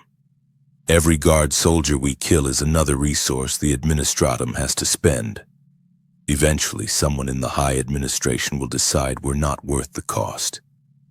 Or they'll just kill everyone in the underhive and call it pacification," Vex countered. "Then we'll have died making enough noise to be remembered," Mother Arachne said. "Which is more than most underhive workers get." I sat in the corner of our makeshift command center, a sealed chemical tank in the Sump's depths, and listened to them debate tactics and mortality with equal pragmatism. These people had already accepted death as the price of resistance. They were just negotiating the terms. And I'd led them to it. The Guard came in waves like a human tide designed to overwhelm through sheer numbers. We met them on level 440 in the manufactory districts where the narrow corridors and vertical architecture favored defenders. The Forgotten had turned 3 entire levels into a killing ground. Explosives wired to collapse strategic positions, automated weapons salvaged from servitors and hidden in the shadows, and firing positions that let us attack from angles the Guard couldn't easily return fire from. "For the Spider!" someone shouted as the first Guard squad entered the kill zone. "For the Forgotten!" The battle cry spread through our fighters, and I felt something twist in my chest. They'd made me into a symbol, a rallying cry, a cause worth dying for. I'd never wanted that, but I had it anyway. The Guard advanced and we killed them by the dozens. Explosives collapsed ceilings onto their formations. Concentrated las fire from hidden positions cut down their officers. And I moved through the chaos like a ghost, appearing wherever the fighting was hardest, pulling wounded Forgotten to safety, disrupting Guard formations before they could establish fire superiority. We held for 6 hours before the Guard pulled back to regroup. We'd killed approximately 140 soldiers. We'd lost 63 Forgotten. "Victory!" Mother Arachne declared, her voice steady despite the blood coating her scavenged flak armor. "Pyrrhic victory," I corrected. "We can't sustain these losses. We've lost 1/3 of our fighting strength in 2 engagements." "Then we'd better make the next engagement count," she replied. Brother Sergeant Grimaldus found me on the 3rd week of fighting. I'd gotten careless. Exhaustion from 3 weeks of constant combat. Minimal sleep and living on scavenged rations had dulled even my enhanced reflexes. I was extracting a wounded Forgotten fighter from a collapsed corridor when my danger sense screamed its warning. Too late. Grimaldus came through the wall, literally. His armored bulk smashed through corrugated steel like it was parchment, and suddenly 2.5 meters of extremely angry Space Marine was between me and escape. "We keep meeting like this, aberration," he said conversationally, his chain sword idling in his hands. "It's almost becoming a tradition." "I'd prefer a tradition that doesn't involve you trying to kill me," I replied, slowly backing away while looking for an escape route. "I'm sure you would. Unfortunately for you, my preferences take precedence." He advanced, each step measured and deliberate. "Do you know what I respect about you? You've managed to turn this into an actual insurrection. 3 weeks of fighting, hundreds of guard casualties, millions of credits in damaged infrastructure. You've achieved more than most heretics manage in their entire rebellions." "Thanks," I said, genuinely unsure how to respond to compliments from someone actively trying to kill me. "Don't misunderstand," Grimaldus continued. "I'm still going to execute you, but I'll note in my report that you were a worthy opponent. That's more honor than most aberrations receive." "I don't want honor, I want people to stop dying." "Then you should surrender. I'll execute you quickly, end the insurrection, and the guard will cease their operations. Everyone else lives. Simple mathematics." "Except you'll also execute everyone who helped me," I pointed out. "The forgotten, the workers who provided intelligence, anyone you even suspect of collaboration." "Your simple mathematics still ends with hundreds dead." "Hundreds instead of thousands," Grimaldus said. "That's called acceptable losses. It's the foundation of imperial military strategy." He lunged. My danger sense guided me left, then up, running along the wall as Grimaldus's chainsword carved through the space where I'd been standing. I webbed his helmet's optics again, trying the same trick that had worked during our first encounter. He ripped the webbing away before it fully adhered. "That trick is old now, aberration. Did you think the Emperor's finest couldn't adapt?" I webbed his chainsword instead, yanking it from his grip before he could react. The weapon clattered across the floor, and I felt a moment of triumph before Grimaldus drew his bolt pistol. "I don't need a chainsword to kill you," he said, and fired. My danger sense screamed. I dodged. The bolt round hit the wall behind me and detonated, filling the corridor with shrapnel that my enhanced body barely withstood. Grimaldus fired again, and again, each shot precisely placed, hurting me toward a dead end where my mobility advantages would mean nothing. I was trapped, and he knew it. "Any final words?" he asked for the third time. I looked at him, at the personification of everything the Imperium represented, at the unstoppable weapon that crushed resistance wherever it appeared. And I finally understood what Mother Arachne had meant about symbols. I couldn't beat him, couldn't defeat the Imperium's military might, couldn't win through strength or speed or any physical advantage. But I could win symbolically. "Yes," I said. "I have final words. Tell the workers of Hive Tertius that the spider fought, that the forgotten resisted, that even the Imperium's angels of death had to hunt us for weeks before bringing us down. Tell them that resistance is possible, that the system can be challenged, that they don't have to accept their extinction quietly." "No one will hear those words," Grimaldus replied. "After you're dead, the official records will state that a dangerous mutant was eliminated, and that's all anyone will ever know. The official records maybe, but people talk, workers gossip, stories spread. You can kill me, but you can't kill what I represent." "Watch me," Grimaldus said and pulled the trigger. The shot never came, because the entire level collapsed, not from explosives this time, but from structural failure. 3 weeks of fighting had compromised the underhive's already dubious stability, and the weight of the guard's armor and equipment on levels designed for civilian habitation had finally exceeded tolerances. The floor simply gave way. Grimaldus and I fell together for the second time, plummeting through 3 levels of catastrophic structural failure.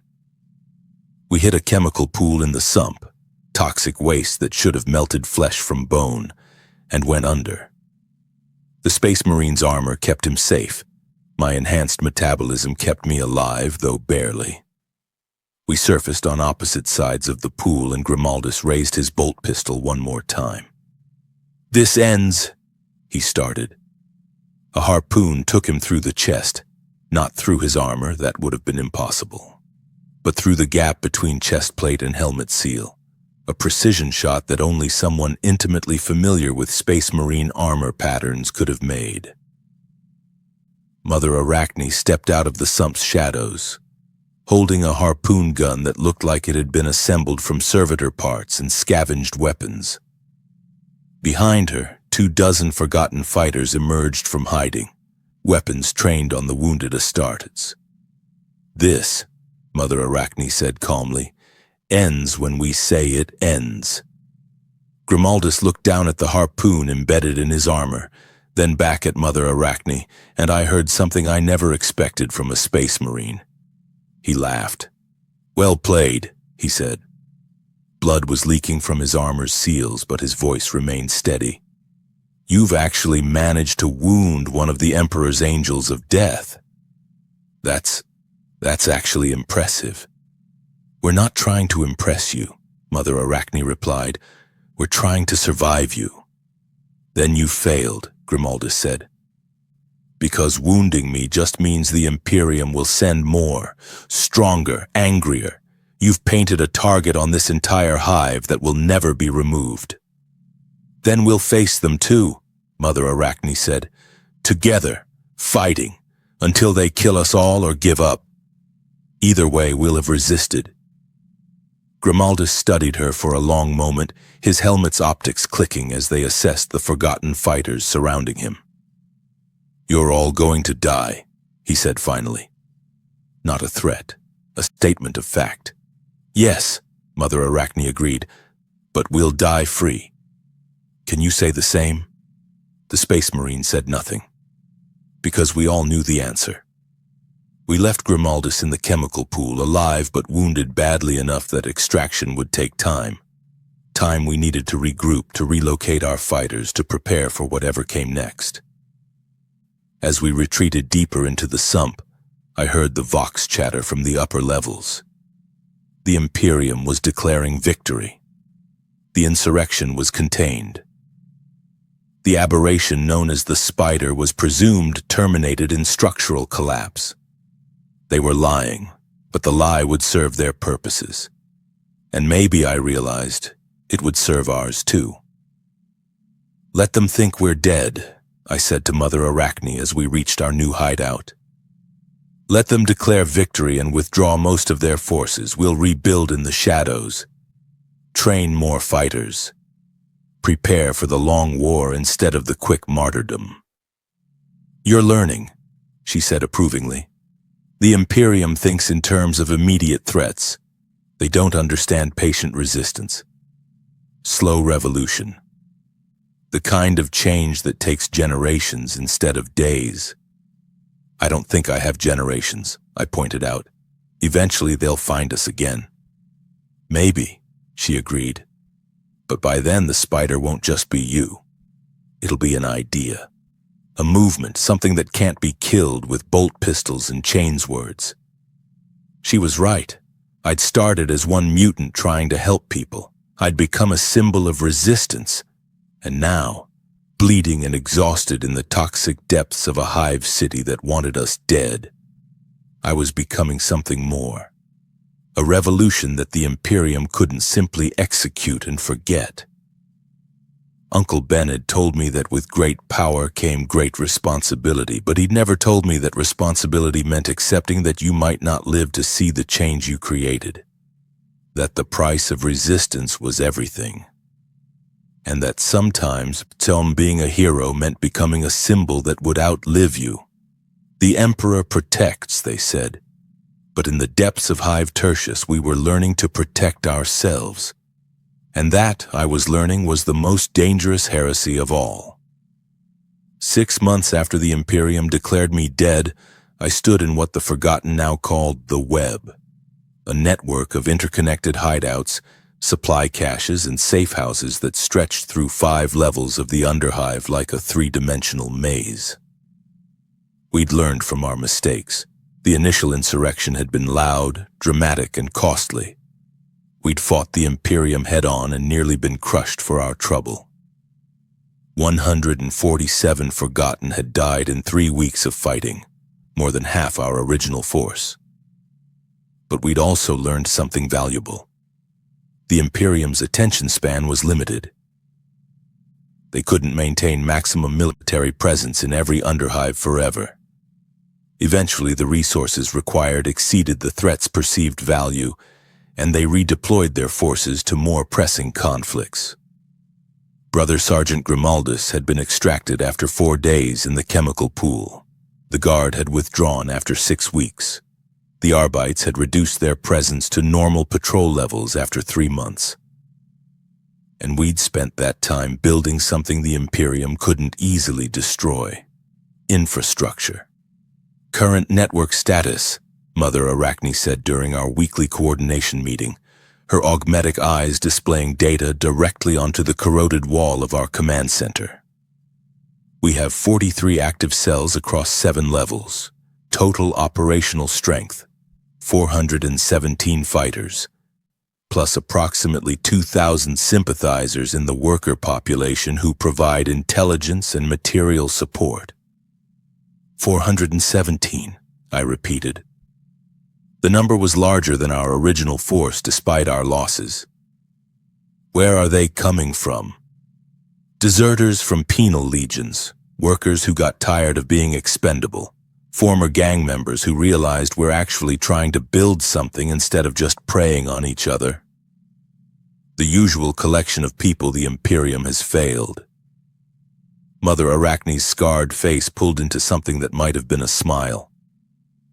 Turns out, Spider, that people respond well to not being treated like ammunition.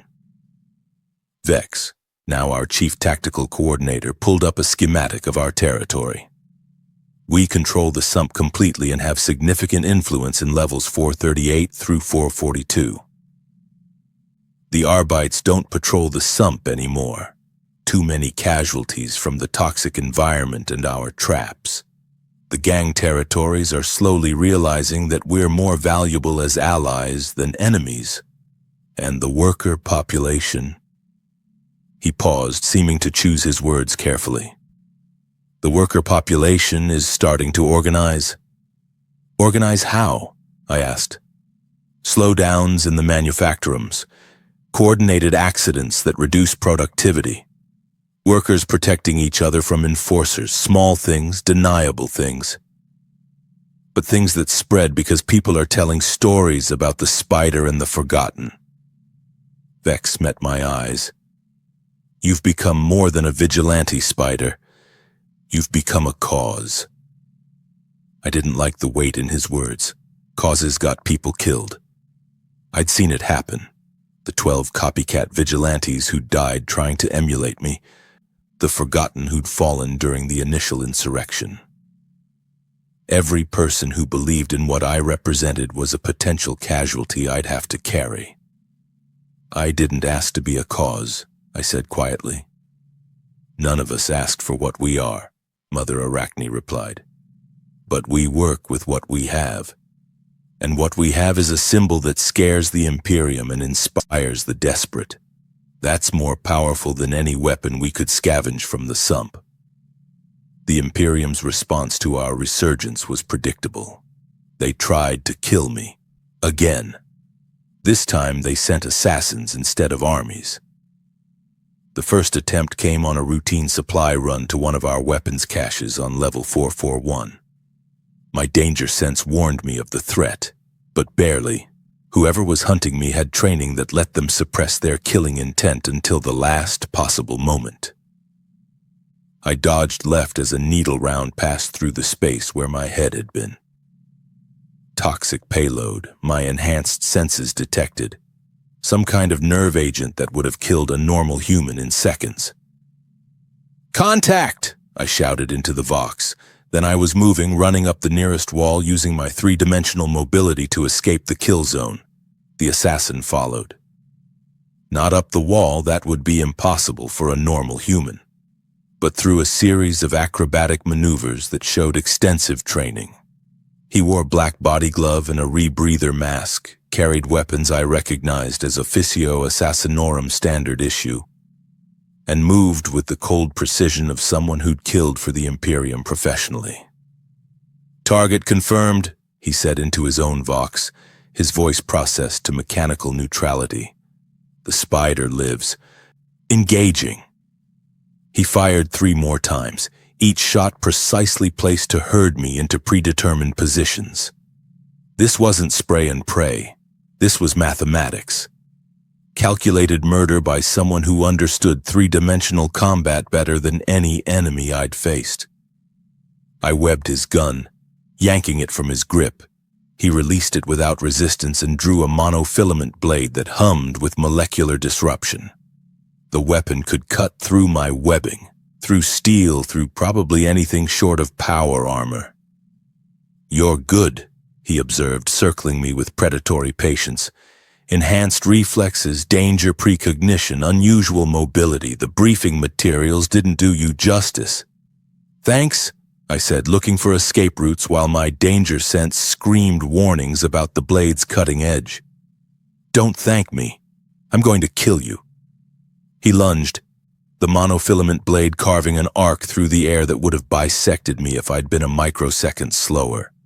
We fought in the vertical space, me using walls and ceiling to create angles he couldn't easily defend, him using professional training and superior weapons to compensate for my supernatural advantages. The fight lasted 3 minutes that felt like hours. I won by cheating. When he lunged for a killing blow, I webbed the ceiling above him and pulled, bringing down 1/2 ton of corroded metal onto his position. The assassin dodged. His training was that good, but the falling debris created enough chaos for me to escape through a ventilation shaft he couldn't follow through. Behind me, I heard his clinical assessment. "Target escaped. Recommend additional resources for termination." The spider is significantly more capable than initial reports suggested. The assassination attempts continued for 3 months. 7 different assassins, each with different specializations and tactics. A sniper who'd set up on level 445 and nearly took my head off from 800 meters. A poisoner who'd contaminated our water supply and killed 6 forgotten before we identified the source. A combat specialist who'd actually managed to wound me. A last burn across my ribs that my enhanced metabolism healed in 3 days but hurt like hell in the meantime. None of them succeeded. But they came close enough that I stopped sleeping in the same location twice. Started varying my routines, became paranoid about every shadow and sound. "They're trying to make you ineffective through fear," Mother Arachne observed after the 7th attempt. "Even if they can't kill you, keeping you looking over your shoulder prevents you from leading effectively." "It's working," I admitted. "I spend more time avoiding assassins than helping people." "Then we need to change the dynamic." She pulled up a data slate showing Arbites patrol patterns, guard deployment schedules, and assassination attempt timelines. "Notice anything?" I studied the data, my enhanced mind processing patterns faster than conscious thought. "The assassination attempts always come after we've had a successful operation. After we've disrupted gang activity or helped workers organize or demonstrated that resistance is possible." "Exactly, they're reactive, not proactive. Which means they don't actually know where you are most of the time. They're just responding to intelligence gathered after you've already acted." Mother Arachne's augmetic eyes gleamed. "So we feed them false intelligence, set up scenarios where they think they know where you'll be but send someone else instead." "You're suggesting I use decoys," I said slowly. "Let other people take the risks while I hide." "I'm suggesting we make the Imperium waste resources hunting ghosts while the real spider operates freely." She leaned forward. "You want to help people, Spider? Then stay alive. Every day you survive is another day the Imperium has to spend resources trying to kill you instead of oppressing workers. It made strategic sense. It also felt like cowardice. But I was learning that in the long war against the Imperium, pride was a luxury we couldn't afford. The decoy strategy worked for 2 months before it got someone killed. His name was Marcus, and he'd volunteered to wear a replica of my crude mask and draw out an assassin we'd identified operating on level 440. The plan was simple. Marcus would appear in a location we'd leaked through compromised intelligence channels. The assassin would engage, and we'd have fighters in position to capture them for interrogation. It should have worked. The assassin had different plans. Instead of engaging Marcus in the predetermined location, they'd tracked him back to one of our safe houses, a location we thought was secure, and had detonated the entire structure with enough explosives to level 2 hab blocks. Marcus died instantly.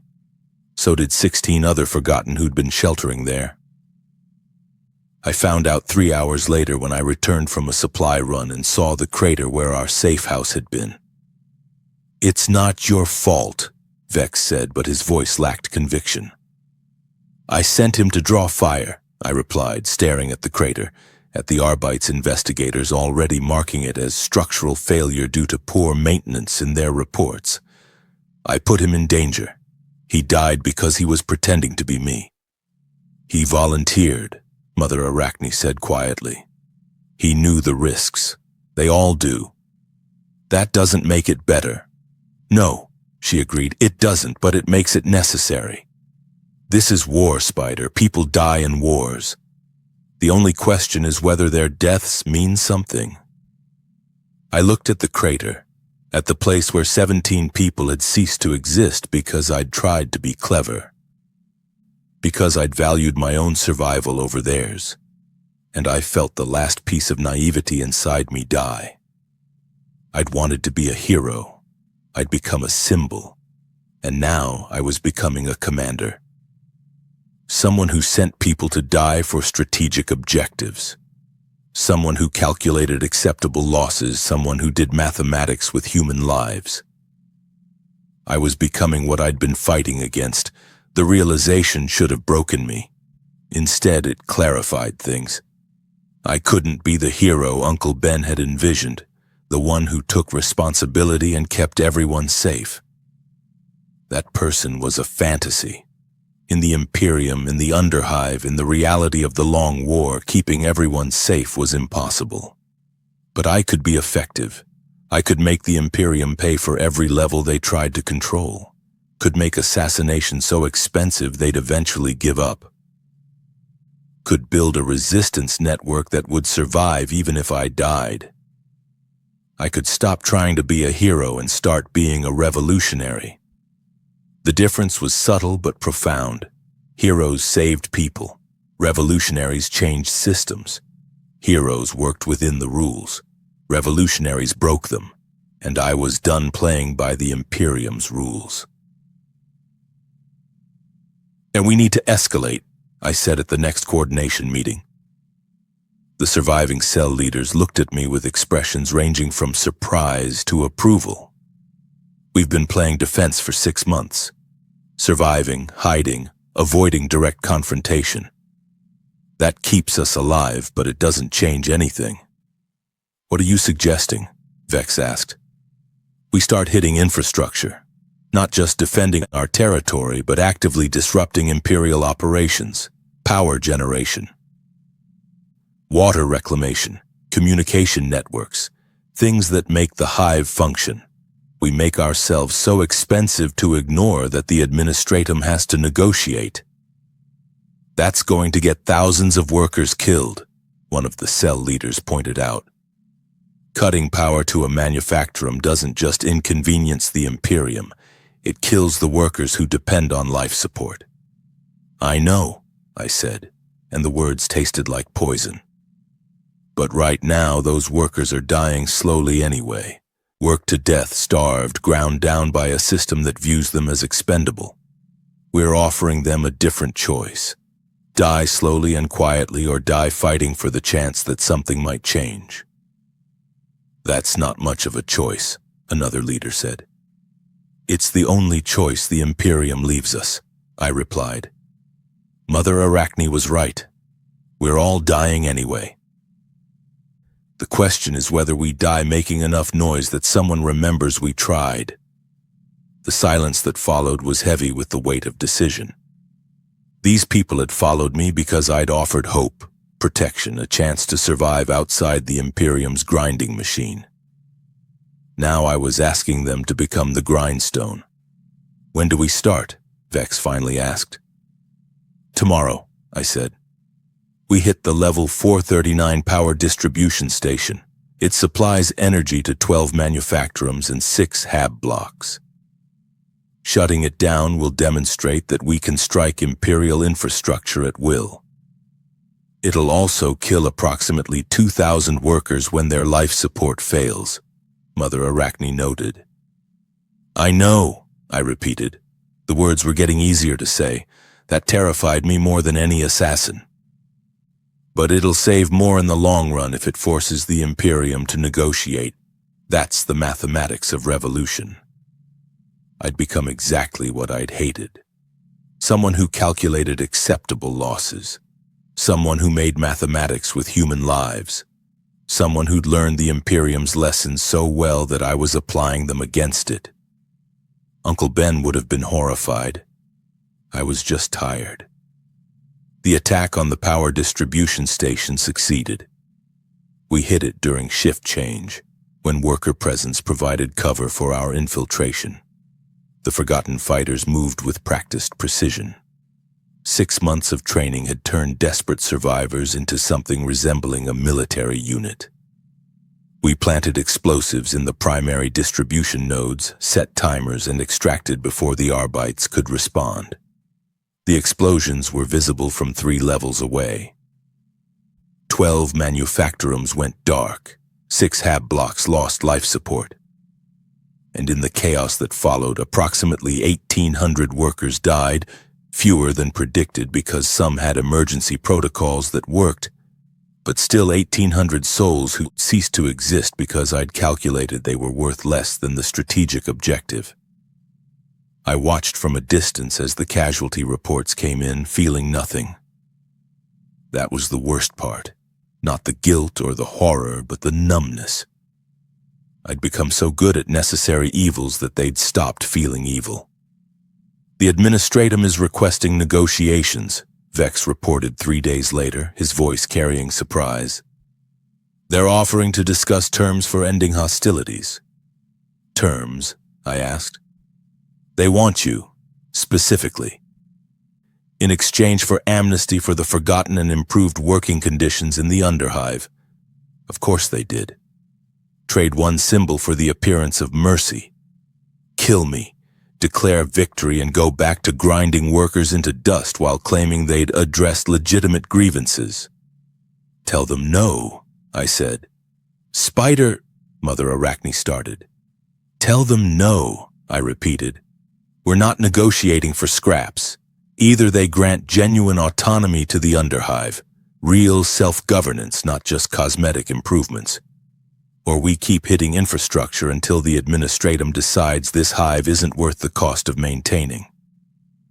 That could take years, Vex said, decades even, and the casualties will be measured in millions, I finished. I know, but the alternative is accepting that nothing changes, that we fought and died for a slightly gentler oppression. I'm done accepting that. I looked at the faces around me, the people who'd followed me from vigilante to symbol to revolutionary, and I saw my own exhaustion reflected in their eyes. We started this because people deserved better than slow extinction, I said. If we stop now, we're just saying that the Imperium was right all along, that resistance is futile, that the system can't be changed, that we should be grateful for whatever scraps they're willing to throw us. And if we continue, Mother Arachne asked quietly, then we prove them wrong, or die trying. Either way, we'll have resisted. The vote was unanimous. We continued the war. 23 years after the spider bit me, I stood in the ruins of what had been Hive Tertius's primary administratum complex and tried to remember what hope felt like.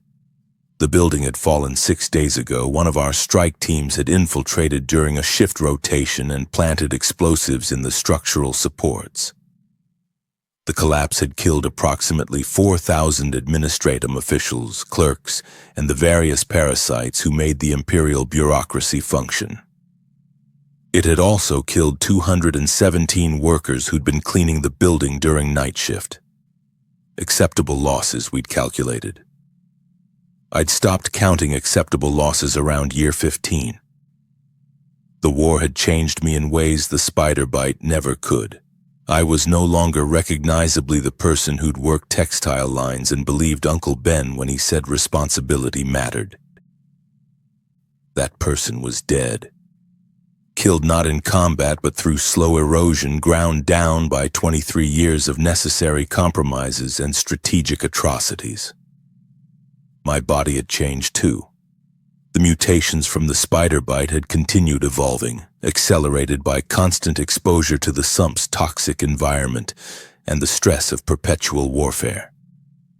I was faster now, stronger, more dangerous. My danger sense had developed to the point where I could predict threats minutes before they materialized. My wall crawling had become so natural that I sometimes forgot which direction was down. I was barely human anymore. Sometimes I wondered if that mattered. Hive status report, I said during our morning coordination meeting. These meetings had become routine over the years. We held them daily now. In a command center we'd built in what had been the sump, but was now the heart of forgotten territory. Gwen, yes, the same Gwen who'd challenged me 23 years ago, now my second in command and the closest thing I had to a friend. Pulled up hololithic displays that showed our current territorial control. We hold levels 436 through 448 completely, she reported, her voice carrying the professional detachment of someone who'd spent 2 decades at war. That's approximately 42% of the underhive's habitable volume. Population under our governance, 6.3 million souls. 6 million. The number should have meant something, should have felt significant. It just felt like a larger number to protect, a bigger target. Imperium-controlled territory? I asked. Levels 449 through 465 plus the Spire levels. Approximately 8 million souls, though their population is declining faster than ours. Workers are deserting to our territory at a rate of about 3,000 per week. And the neutral zones? Gang territories mostly, levels 433 through 435. They're maintaining nominal independence, but increasingly they're acting as buffer states between us and the Imperium. Some are even requesting formal alliance. I studied the hololithic map, the green zones representing forgotten territory slowly expanding while the red Imperial zones contracted. 23 years of grinding warfare and we'd actually carved out something resembling an independent state in the underhive. The cost had been catastrophic. Casualty estimates, I said, and Gwen's expression tightened. Since the war began, approximately 473,000 forgotten fighters killed in action. 2.1 million civilian deaths attributed to collateral damage, infrastructure failures, and imperial reprisals. Another 800,000 deaths from the famine in years 7 through 9 when we destroyed the primary food distribution network. 3,500,000 souls. Dead because I'd decided that fighting the Imperium was worth the cost. Dead because I'd calculated that slow extinction under Imperial rule was worse than fast death during revolution. Dead because I'd become exactly the kind of person who made those calculations. And Imperial casualties? I asked because I needed to know if the mathematics balanced. Estimated at 1.6 million, mostly Guard conscripts and PDF troops.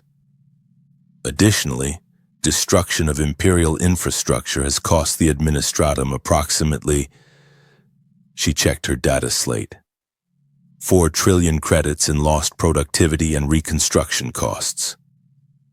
The Departamento Munitorum classified Hive Tertius as economically non-viable 6 years ago. But they haven't abandoned it, I noted. Because abandoning it would mean admitting that an underhive insurrection actually succeeded, Gwen replied. The symbolic cost exceeds the material cost. They can't let us win because then every other underhive in the Imperium might try the same thing. That was the trap we'd built together, the Imperium and I. Neither of us could afford to lose, so we kept fighting, kept killing, kept grinding each other down in a war that neither side could win militarily. Stalemate measured in millions of corpses. Mother Arachne had died in year 12. An assassin had finally succeeded, not against me, but against her. A precision strike that had killed the forgotten spiritual leader and nearly shattered our unity. I'd spent the next 3 years consolidating power, eliminating rivals who thought her death meant they could seize control and transforming the Forgotten from a loose coalition into something resembling an actual government. I'd become what the Imperium called a traitor lord. A warlord who'd carved out independent territory and defended it with military force. They sent assassins, armies, even 2 more Space Marines over the years. I'd killed one of the Space Marines. The other had killed 63 of my fighters before withdrawing. We called it a draw. The Administratum is requesting negotiations again, Gwen reported. 17th time in as many years. Same offer as always. You surrender for execution, we grant amnesty to the Forgotten and partial autonomy to the underhive. And if we accept? I asked, though I already knew the answer. They execute you, declare victory, spend 6 months pretending to implement reforms, then slowly reassert control until the underhive is right back where it started. Standard Imperial procedure for dealing with successfully suppressed insurrections. And if we refuse? They keep sending armies we keep killing, infrastructure we keep destroying, resources they keep wasting. The war continues until either we're all dead or they decide the hive isn't worth maintaining. I looked at the hololithic map, at the green zones representing 23 years of revolution, and I tried to feel something. Pride, maybe.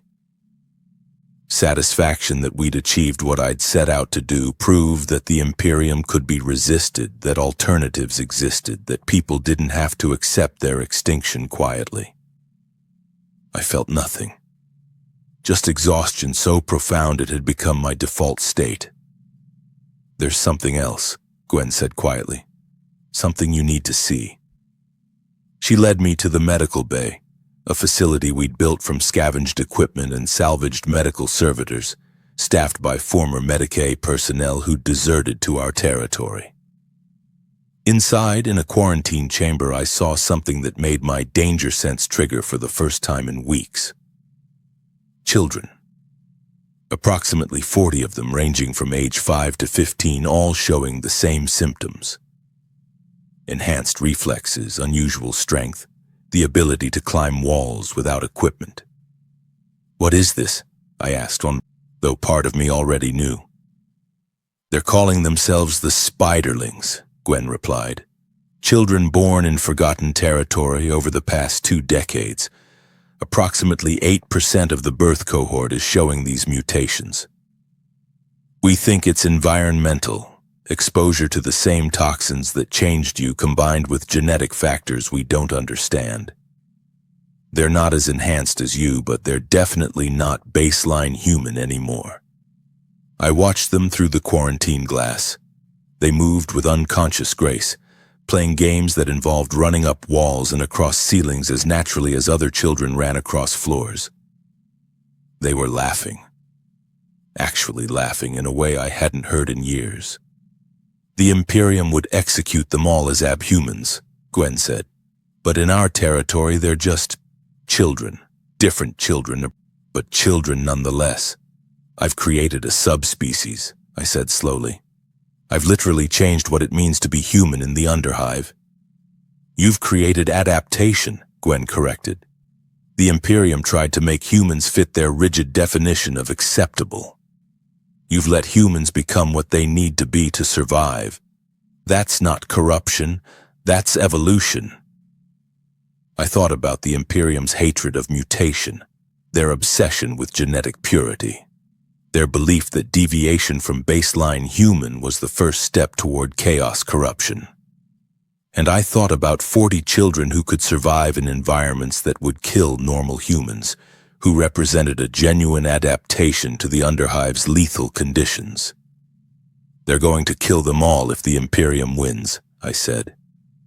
Yes, Gwen agreed, which is why we can't let the Imperium win.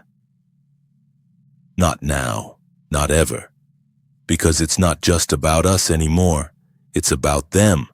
About a future where being different isn't a death sentence. I spent that night on the highest point in Forgotten Territory, a collapsed transit tower on level 448 that gave a view across 10 levels of the underhive. Below me, 6 million souls lived in the territory we'd carved out.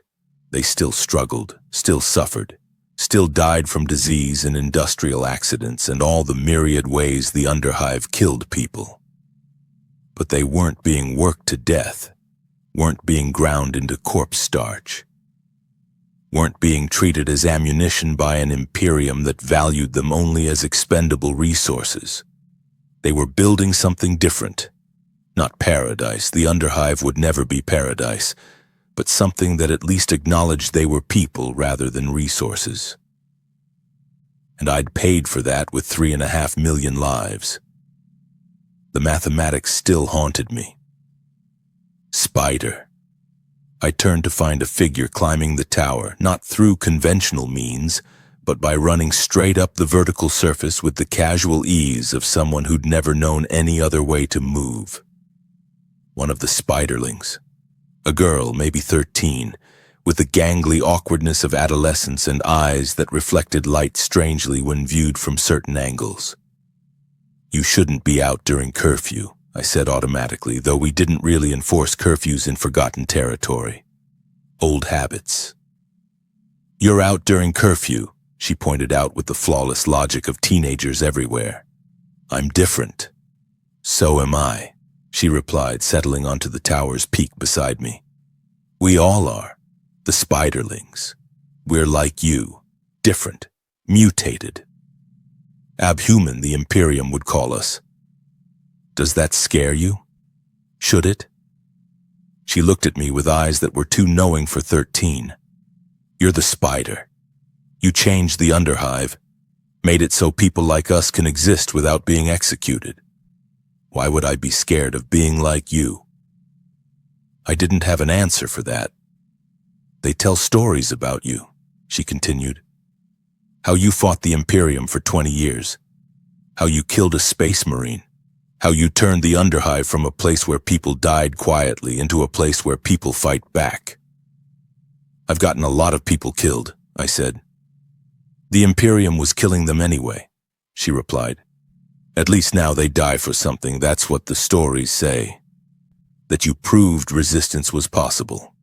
Resistance that's cost millions of lives. Lives that were already being wasted. She turned to face me fully. My parents died in the famine during year 8. I was 5. I don't remember them very well, but I remember the choice you made. Destroy the food distribution network or let the Imperium use it to control us forever. You chose freedom over safety. Millions died, including my parents, and I'm grateful. How can you be grateful? The question came out more bitter than I'd intended. Because I'm alive, she said simply. Because I'm free. Because I can climb walls and run across ceilings and be different without being killed for it. Because you proved that the Imperium isn't invincible. That's worth my parents' lives. That's worth all the lives lost. Because the alternative was slow extinction pretending to be survival. She stood, preparing to descend the tower. We're the future, Spider. We spiderlings. We're what happens when humans adapt instead of just enduring. And we exist because you refuse to accept that the Imperium's way was the only way. She smiled, and it was the most dangerous expression I'd ever seen on a child's face. So thank you for the war, for the deaths, for proving that change was possible. She descended the tower, running down the vertical surface like gravity was optional, and left me alone with my thoughts. 23 years of war, 3.5 million dead, an entire generation of mutated children who could survive in conditions that would kill baseline humans. A territory carved from the underhive that functioned outside Imperial control. And a symbol, the spider, that had spread to other hives, other worlds, inspiring copycat resistance movements that the Imperium was struggling to suppress. I'd wanted to be a hero. I'd become a revolutionary. And revolutions, I'd learned, weren't measured in lives saved but in systems changed. The Imperium would never forgive me, would never stop hunting me, would spend centuries trying to erase what I'd created and the ideas I'd spread. But the spiderlings existed, 40 children who represented genuine adaptation rather than stagnant purity, who proved that humanity could change, could evolve, could become something the Imperium's rigid doctrines couldn't accommodate. That was worth the cost, wasn't it? The next morning I called a meeting of the Forgotten's High Council. We're not negotiating with the Imperium anymore, I announced. No more pretending there's a diplomatic solution, no more offering them off-ramps. We're committed now, full revolution or death. We've been committed for 20 years, Gwen pointed out. No, I corrected. We've been surviving. Now we're going to win, or at least make victory so expensive that the Imperium abandons this hive entirely. That could take decades, Vex said, centuries even. None of us will live to see it. No, I agreed. But the spiderlings will. They're faster than us, stronger, more adapted to the underhive's conditions. They're the future. We're just buying them time to grow up. I looked at the faces around the council table. People who'd followed me for 23 years, who'd committed atrocities in the name of freedom, who'd become everything the Imperium said we were and called it necessary. We're going to lose, I said bluntly. Eventually. Maybe not this decade, maybe not this century, but eventually the Imperium will crush us. They have more resources, more soldiers, more time. The mathematics favor them. Then why continue, someone asked. Because losing takes time, and every year we last is another year the spiderlings grow stronger. Another year the ideas we've spread take root in other hives. Another year the Imperium has to admit that resistance is possible. I stood. We're not fighting to win anymore. We're fighting to prove that victory isn't guaranteed, that the Imperium can be challenged, that alternatives exist. That's a terrible victory condition, Gwen observed. It's the only victory condition available, I replied. So we take it. We keep fighting until we can't fight anymore. We make ourselves so expensive to suppress that other underhives look at our example and think maybe we can do that too. We become the proof that resistance isn't futile. The council voted, unanimous as always. We continued the war. I dream of ice sometimes, not the ice from before, the stasis that preserved whoever I was before the spider bit me, but new ice, clean ice. Ice that covers everything and makes it still and quiet and peaceful. I dream of a world where I didn't have to choose between slow death and fast death, where helping people didn't require calculated atrocities, where being different wasn't a crime worthy of execution. I dream of the person I could have been if the galaxy was different. Then I wake up in the underhive, in forgotten territory, surrounded by people who call me Spider and tell stories about resistance and change and hope, and I realize I am the person the galaxy made necessary. Not a hero, not a savior, just a symbol that proved the Imperium wasn't invincible. With great power, Uncle Ben told me, comes great responsibility.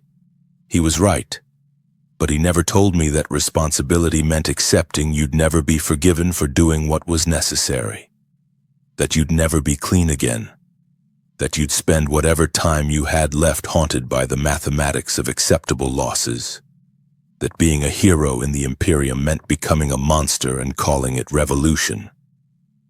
I am the Spider. I have fought for 23 years.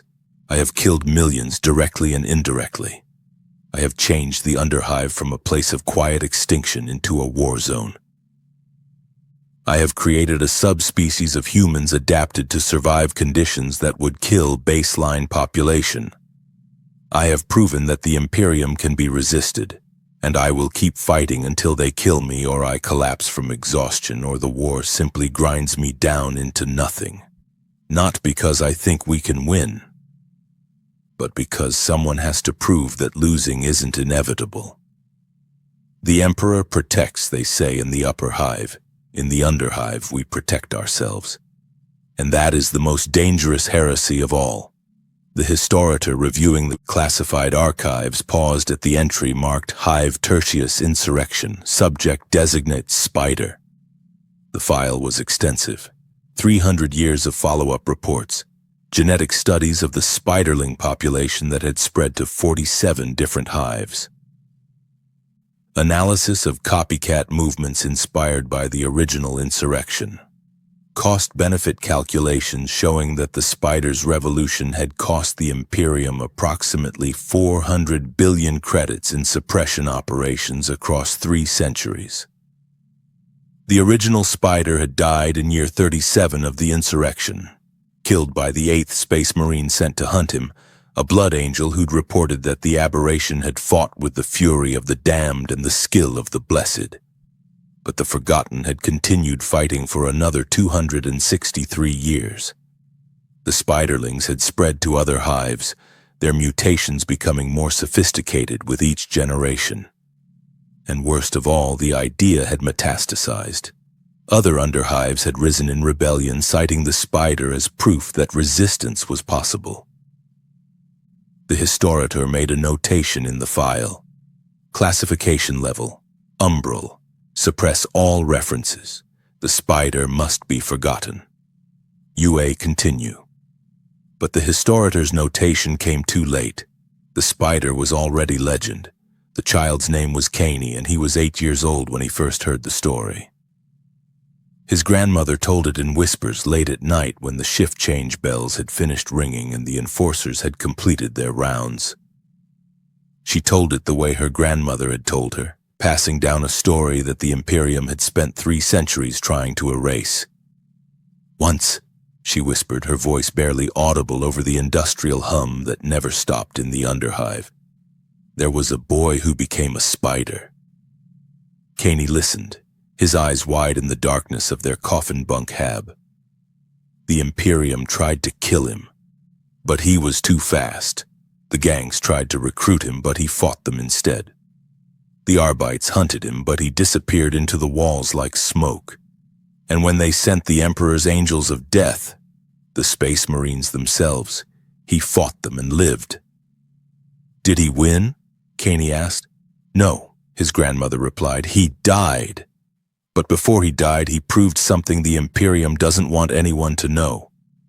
That we don't have to accept what they give us. That resistance is possible. That even in the darkest places, someone can choose to fight. What happened to the people he was fighting for? Some died, many died, but others survived. And they taught their children to survive. And those children taught their children. And now, 300 years later, there are places, underhives, void stations, penal colonies, where the Imperium's control isn't absolute, where people remember that someone once said no. She pulled her grandson close. The Imperium will tell you that compliance is survival, that questioning is death, that the only choice is between service and extinction. But the Spider proved that's a lie. There's always another choice. It might cost everything. It might fail, but it exists. Are there more spiders? Caney asked. His grandmother smiled in the darkness. Everywhere, she whispered. In every hive where someone refuses to die quietly. In every manufactorum where workers organize instead of compete. In every level where people remember that the Imperium isn't invincible. The spider is everywhere because the spider was never just one person. He was an idea. And ideas can't be killed with bolt pistols. The navigator's name was unpronounceable in Low Gothic, but the crew called her Seer Meridian. She'd been navigating the warp for 87 years, guiding vessels through the Imperium's howling chaos using the Emperor's light as her beacon. She'd seen things in the warp that would drive normal humans insane. Demon legions marshaling for invasion. The birth-deaths of minor chaos gods. The psychic echoes of entire civilizations screaming as they fell to corruption. But recently she'd seen something new. In the warp's depths, where human souls flickered like candles in a hurricane, there was a pattern. Threads of defiance connecting across impossible distances. Not chaos corruption, she'd recognize that immediately, but something else. Something the warp was reflecting rather than creating. Resistance, tiny sparks of human will refusing to be extinguished.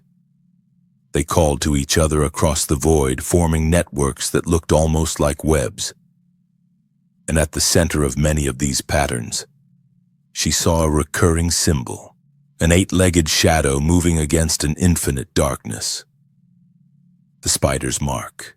Not literal, the original spider had died 3 centuries ago, but psychic. A gestalt of everyone who'd heard his story and decided that submission wasn't their only option. Their collective defiance was actually manifesting in the warp as a counter-pattern to chaos's corruption. Navigator Meridian, the ship's captain called through the Vox. We're detecting unusual warp disturbances. Can you identify the source? No, Captain, she lied smoothly. Just standard warp turbulence. Maintain current course. She couldn't tell him the truth. That humanity's growing resistance to the Imperium's total control was creating psychic echoes strong enough to be visible in the warp.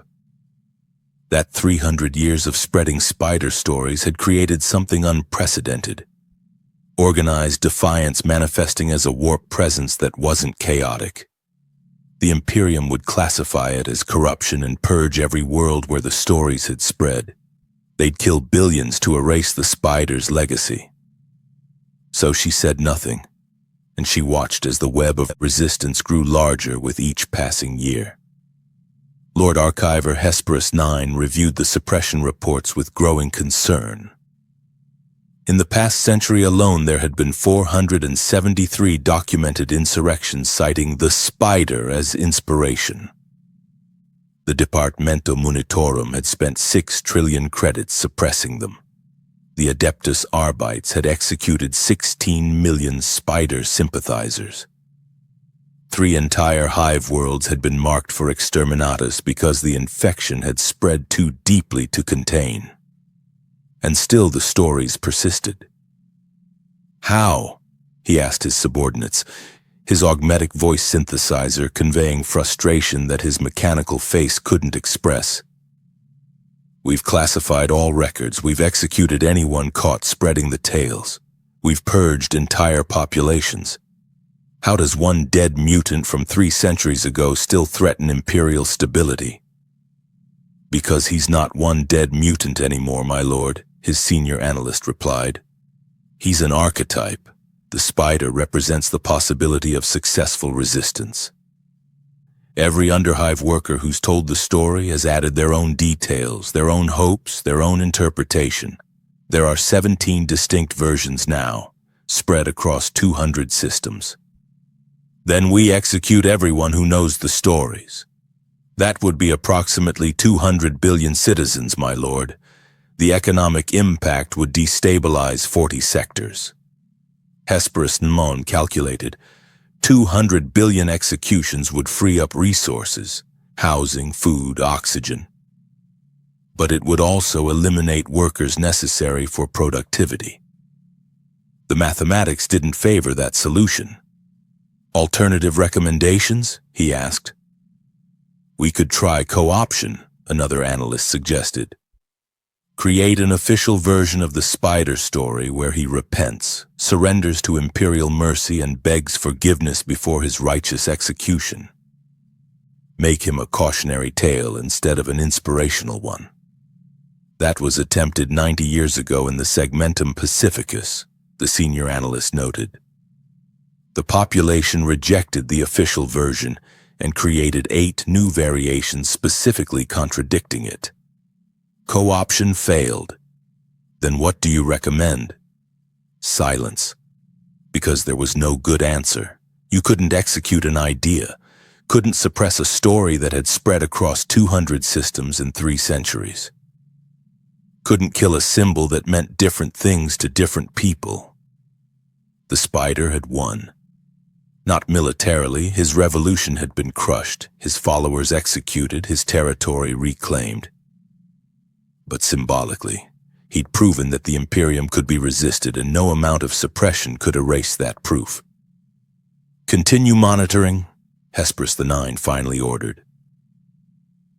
Execute cells when discovered, suppress the stories where possible, but accept that complete eradication is, unlikely.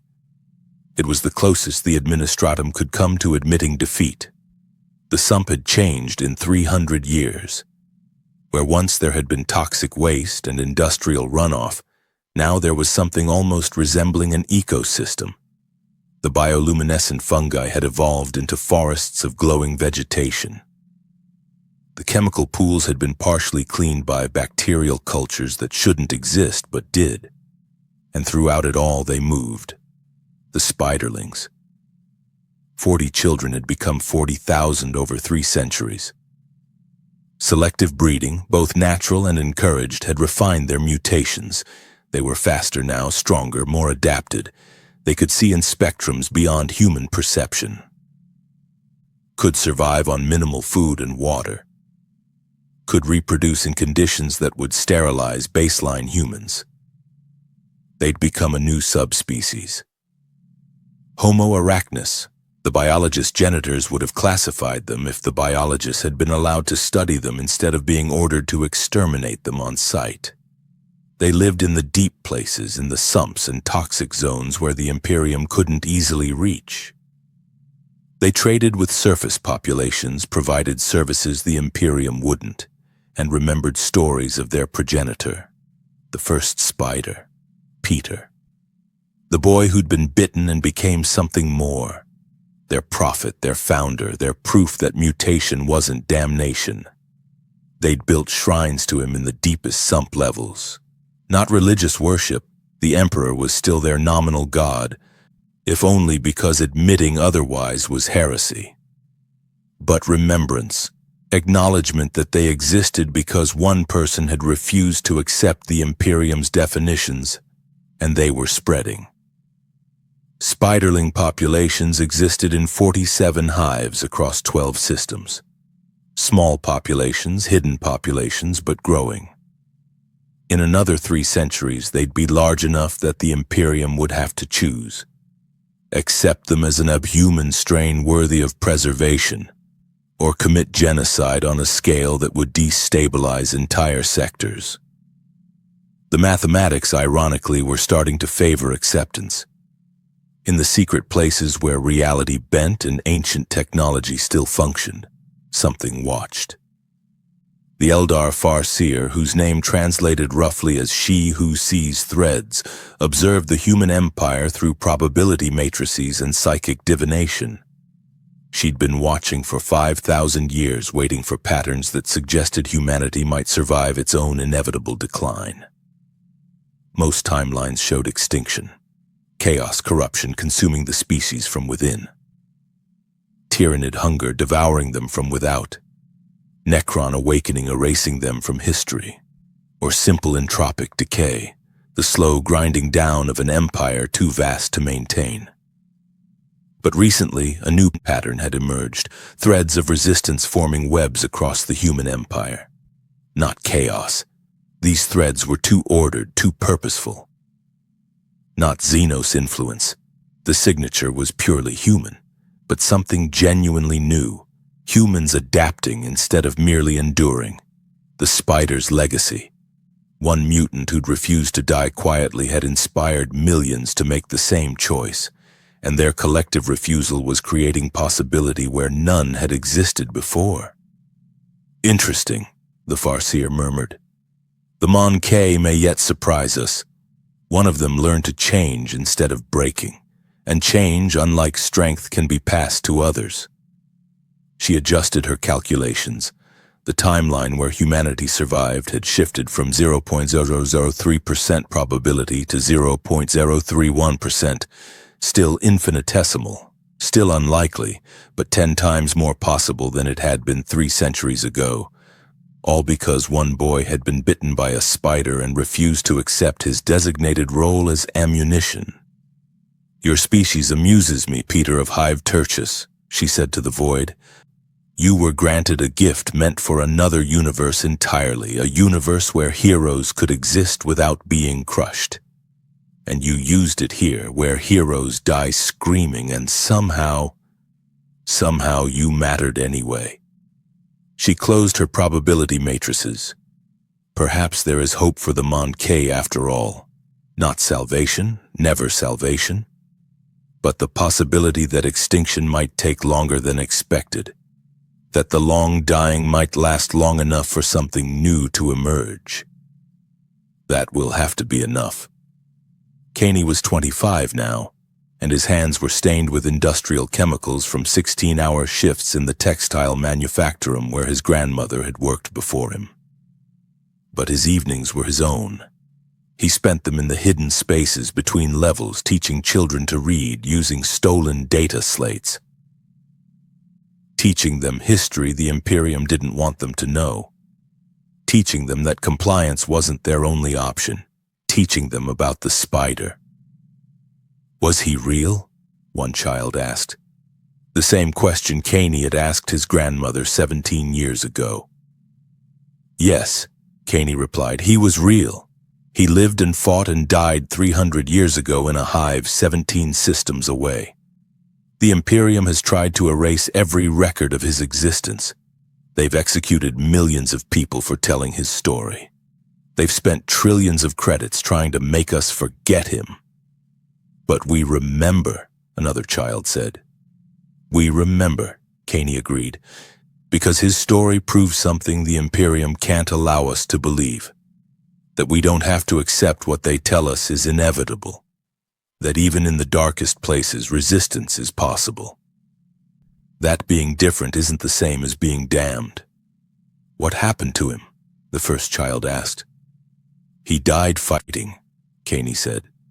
"Killed by the Emperor's Angels of Death after 37 years of war. But before he died, he changed the underhive he was born in. Made it so people like us could exist. And his example spread to other hives, other worlds, other people who decided that dying slowly wasn't acceptable." "Are you a spider?" one of the children asked. Caney smiled. "We're all spiders," he said. "Everyone who refuses to die quietly. Everyone who organizes instead of competing. Everyone who remembers that the Imperium's way isn't the only way. The first spider proved it was possible. We prove it's sustainable." He looked at the children, their faces lit by the stolen lumen, their eyes showing the hope that the Imperium tried so hard to extinguish. "The Imperium will tell you that I'm teaching you heresy," he continued. "They're right. Everything I'm telling you is heresy. The question is, do you want to die a loyal Imperial citizen ground to dust in the Emperor's service? Or do you want to die free, having chosen your own path?" "What if we don't want to die at all?" a small voice asked. Caney laughed, a sound that was becoming rarer in the underhive but not yet extinct. "Then you'll have to be very clever, very strong, and very lucky," he said. "Just like the spider was." And maybe if enough of us are clever and strong and lucky, we'll build something that outlasts us. Something that gives our children better choices than we had. Will we succeed? Another child asked. I don't know, Caney admitted. The spider didn't succeed. His revolution was crushed, his people scattered, his dreams seemingly extinguished, but 300 years later we're still here. Still teaching his lessons, still refusing to accept that the Imperium's way is inevitable. That's a kind of success, maybe the only kind possible. The children absorbed this, their young minds processing concepts that would get them killed if spoken aloud in the upper hive. Now, Caney said, pulling out a data slate, let's learn to read, because the Imperium keeps us illiterate so we can't access information they don't want us to have. And if you can read, you can learn. And if you can learn, you can choose. And if you can choose, you can resist, the children chorused, repeating the lesson they'd already learned. Exactly, Caney said. And in that hidden space between levels, in a hive 17 systems away from where the first spider had lived and died, the web continued to grow, strand by strand, child by child, story by story, until one day, maybe not this century, maybe not this millennium, but one day, the Imperium would have to acknowledge that the spider had won after all, not through military victory, but through the slow, patient work of teaching people that they had choices. And that resistance, no matter how costly, was always an option.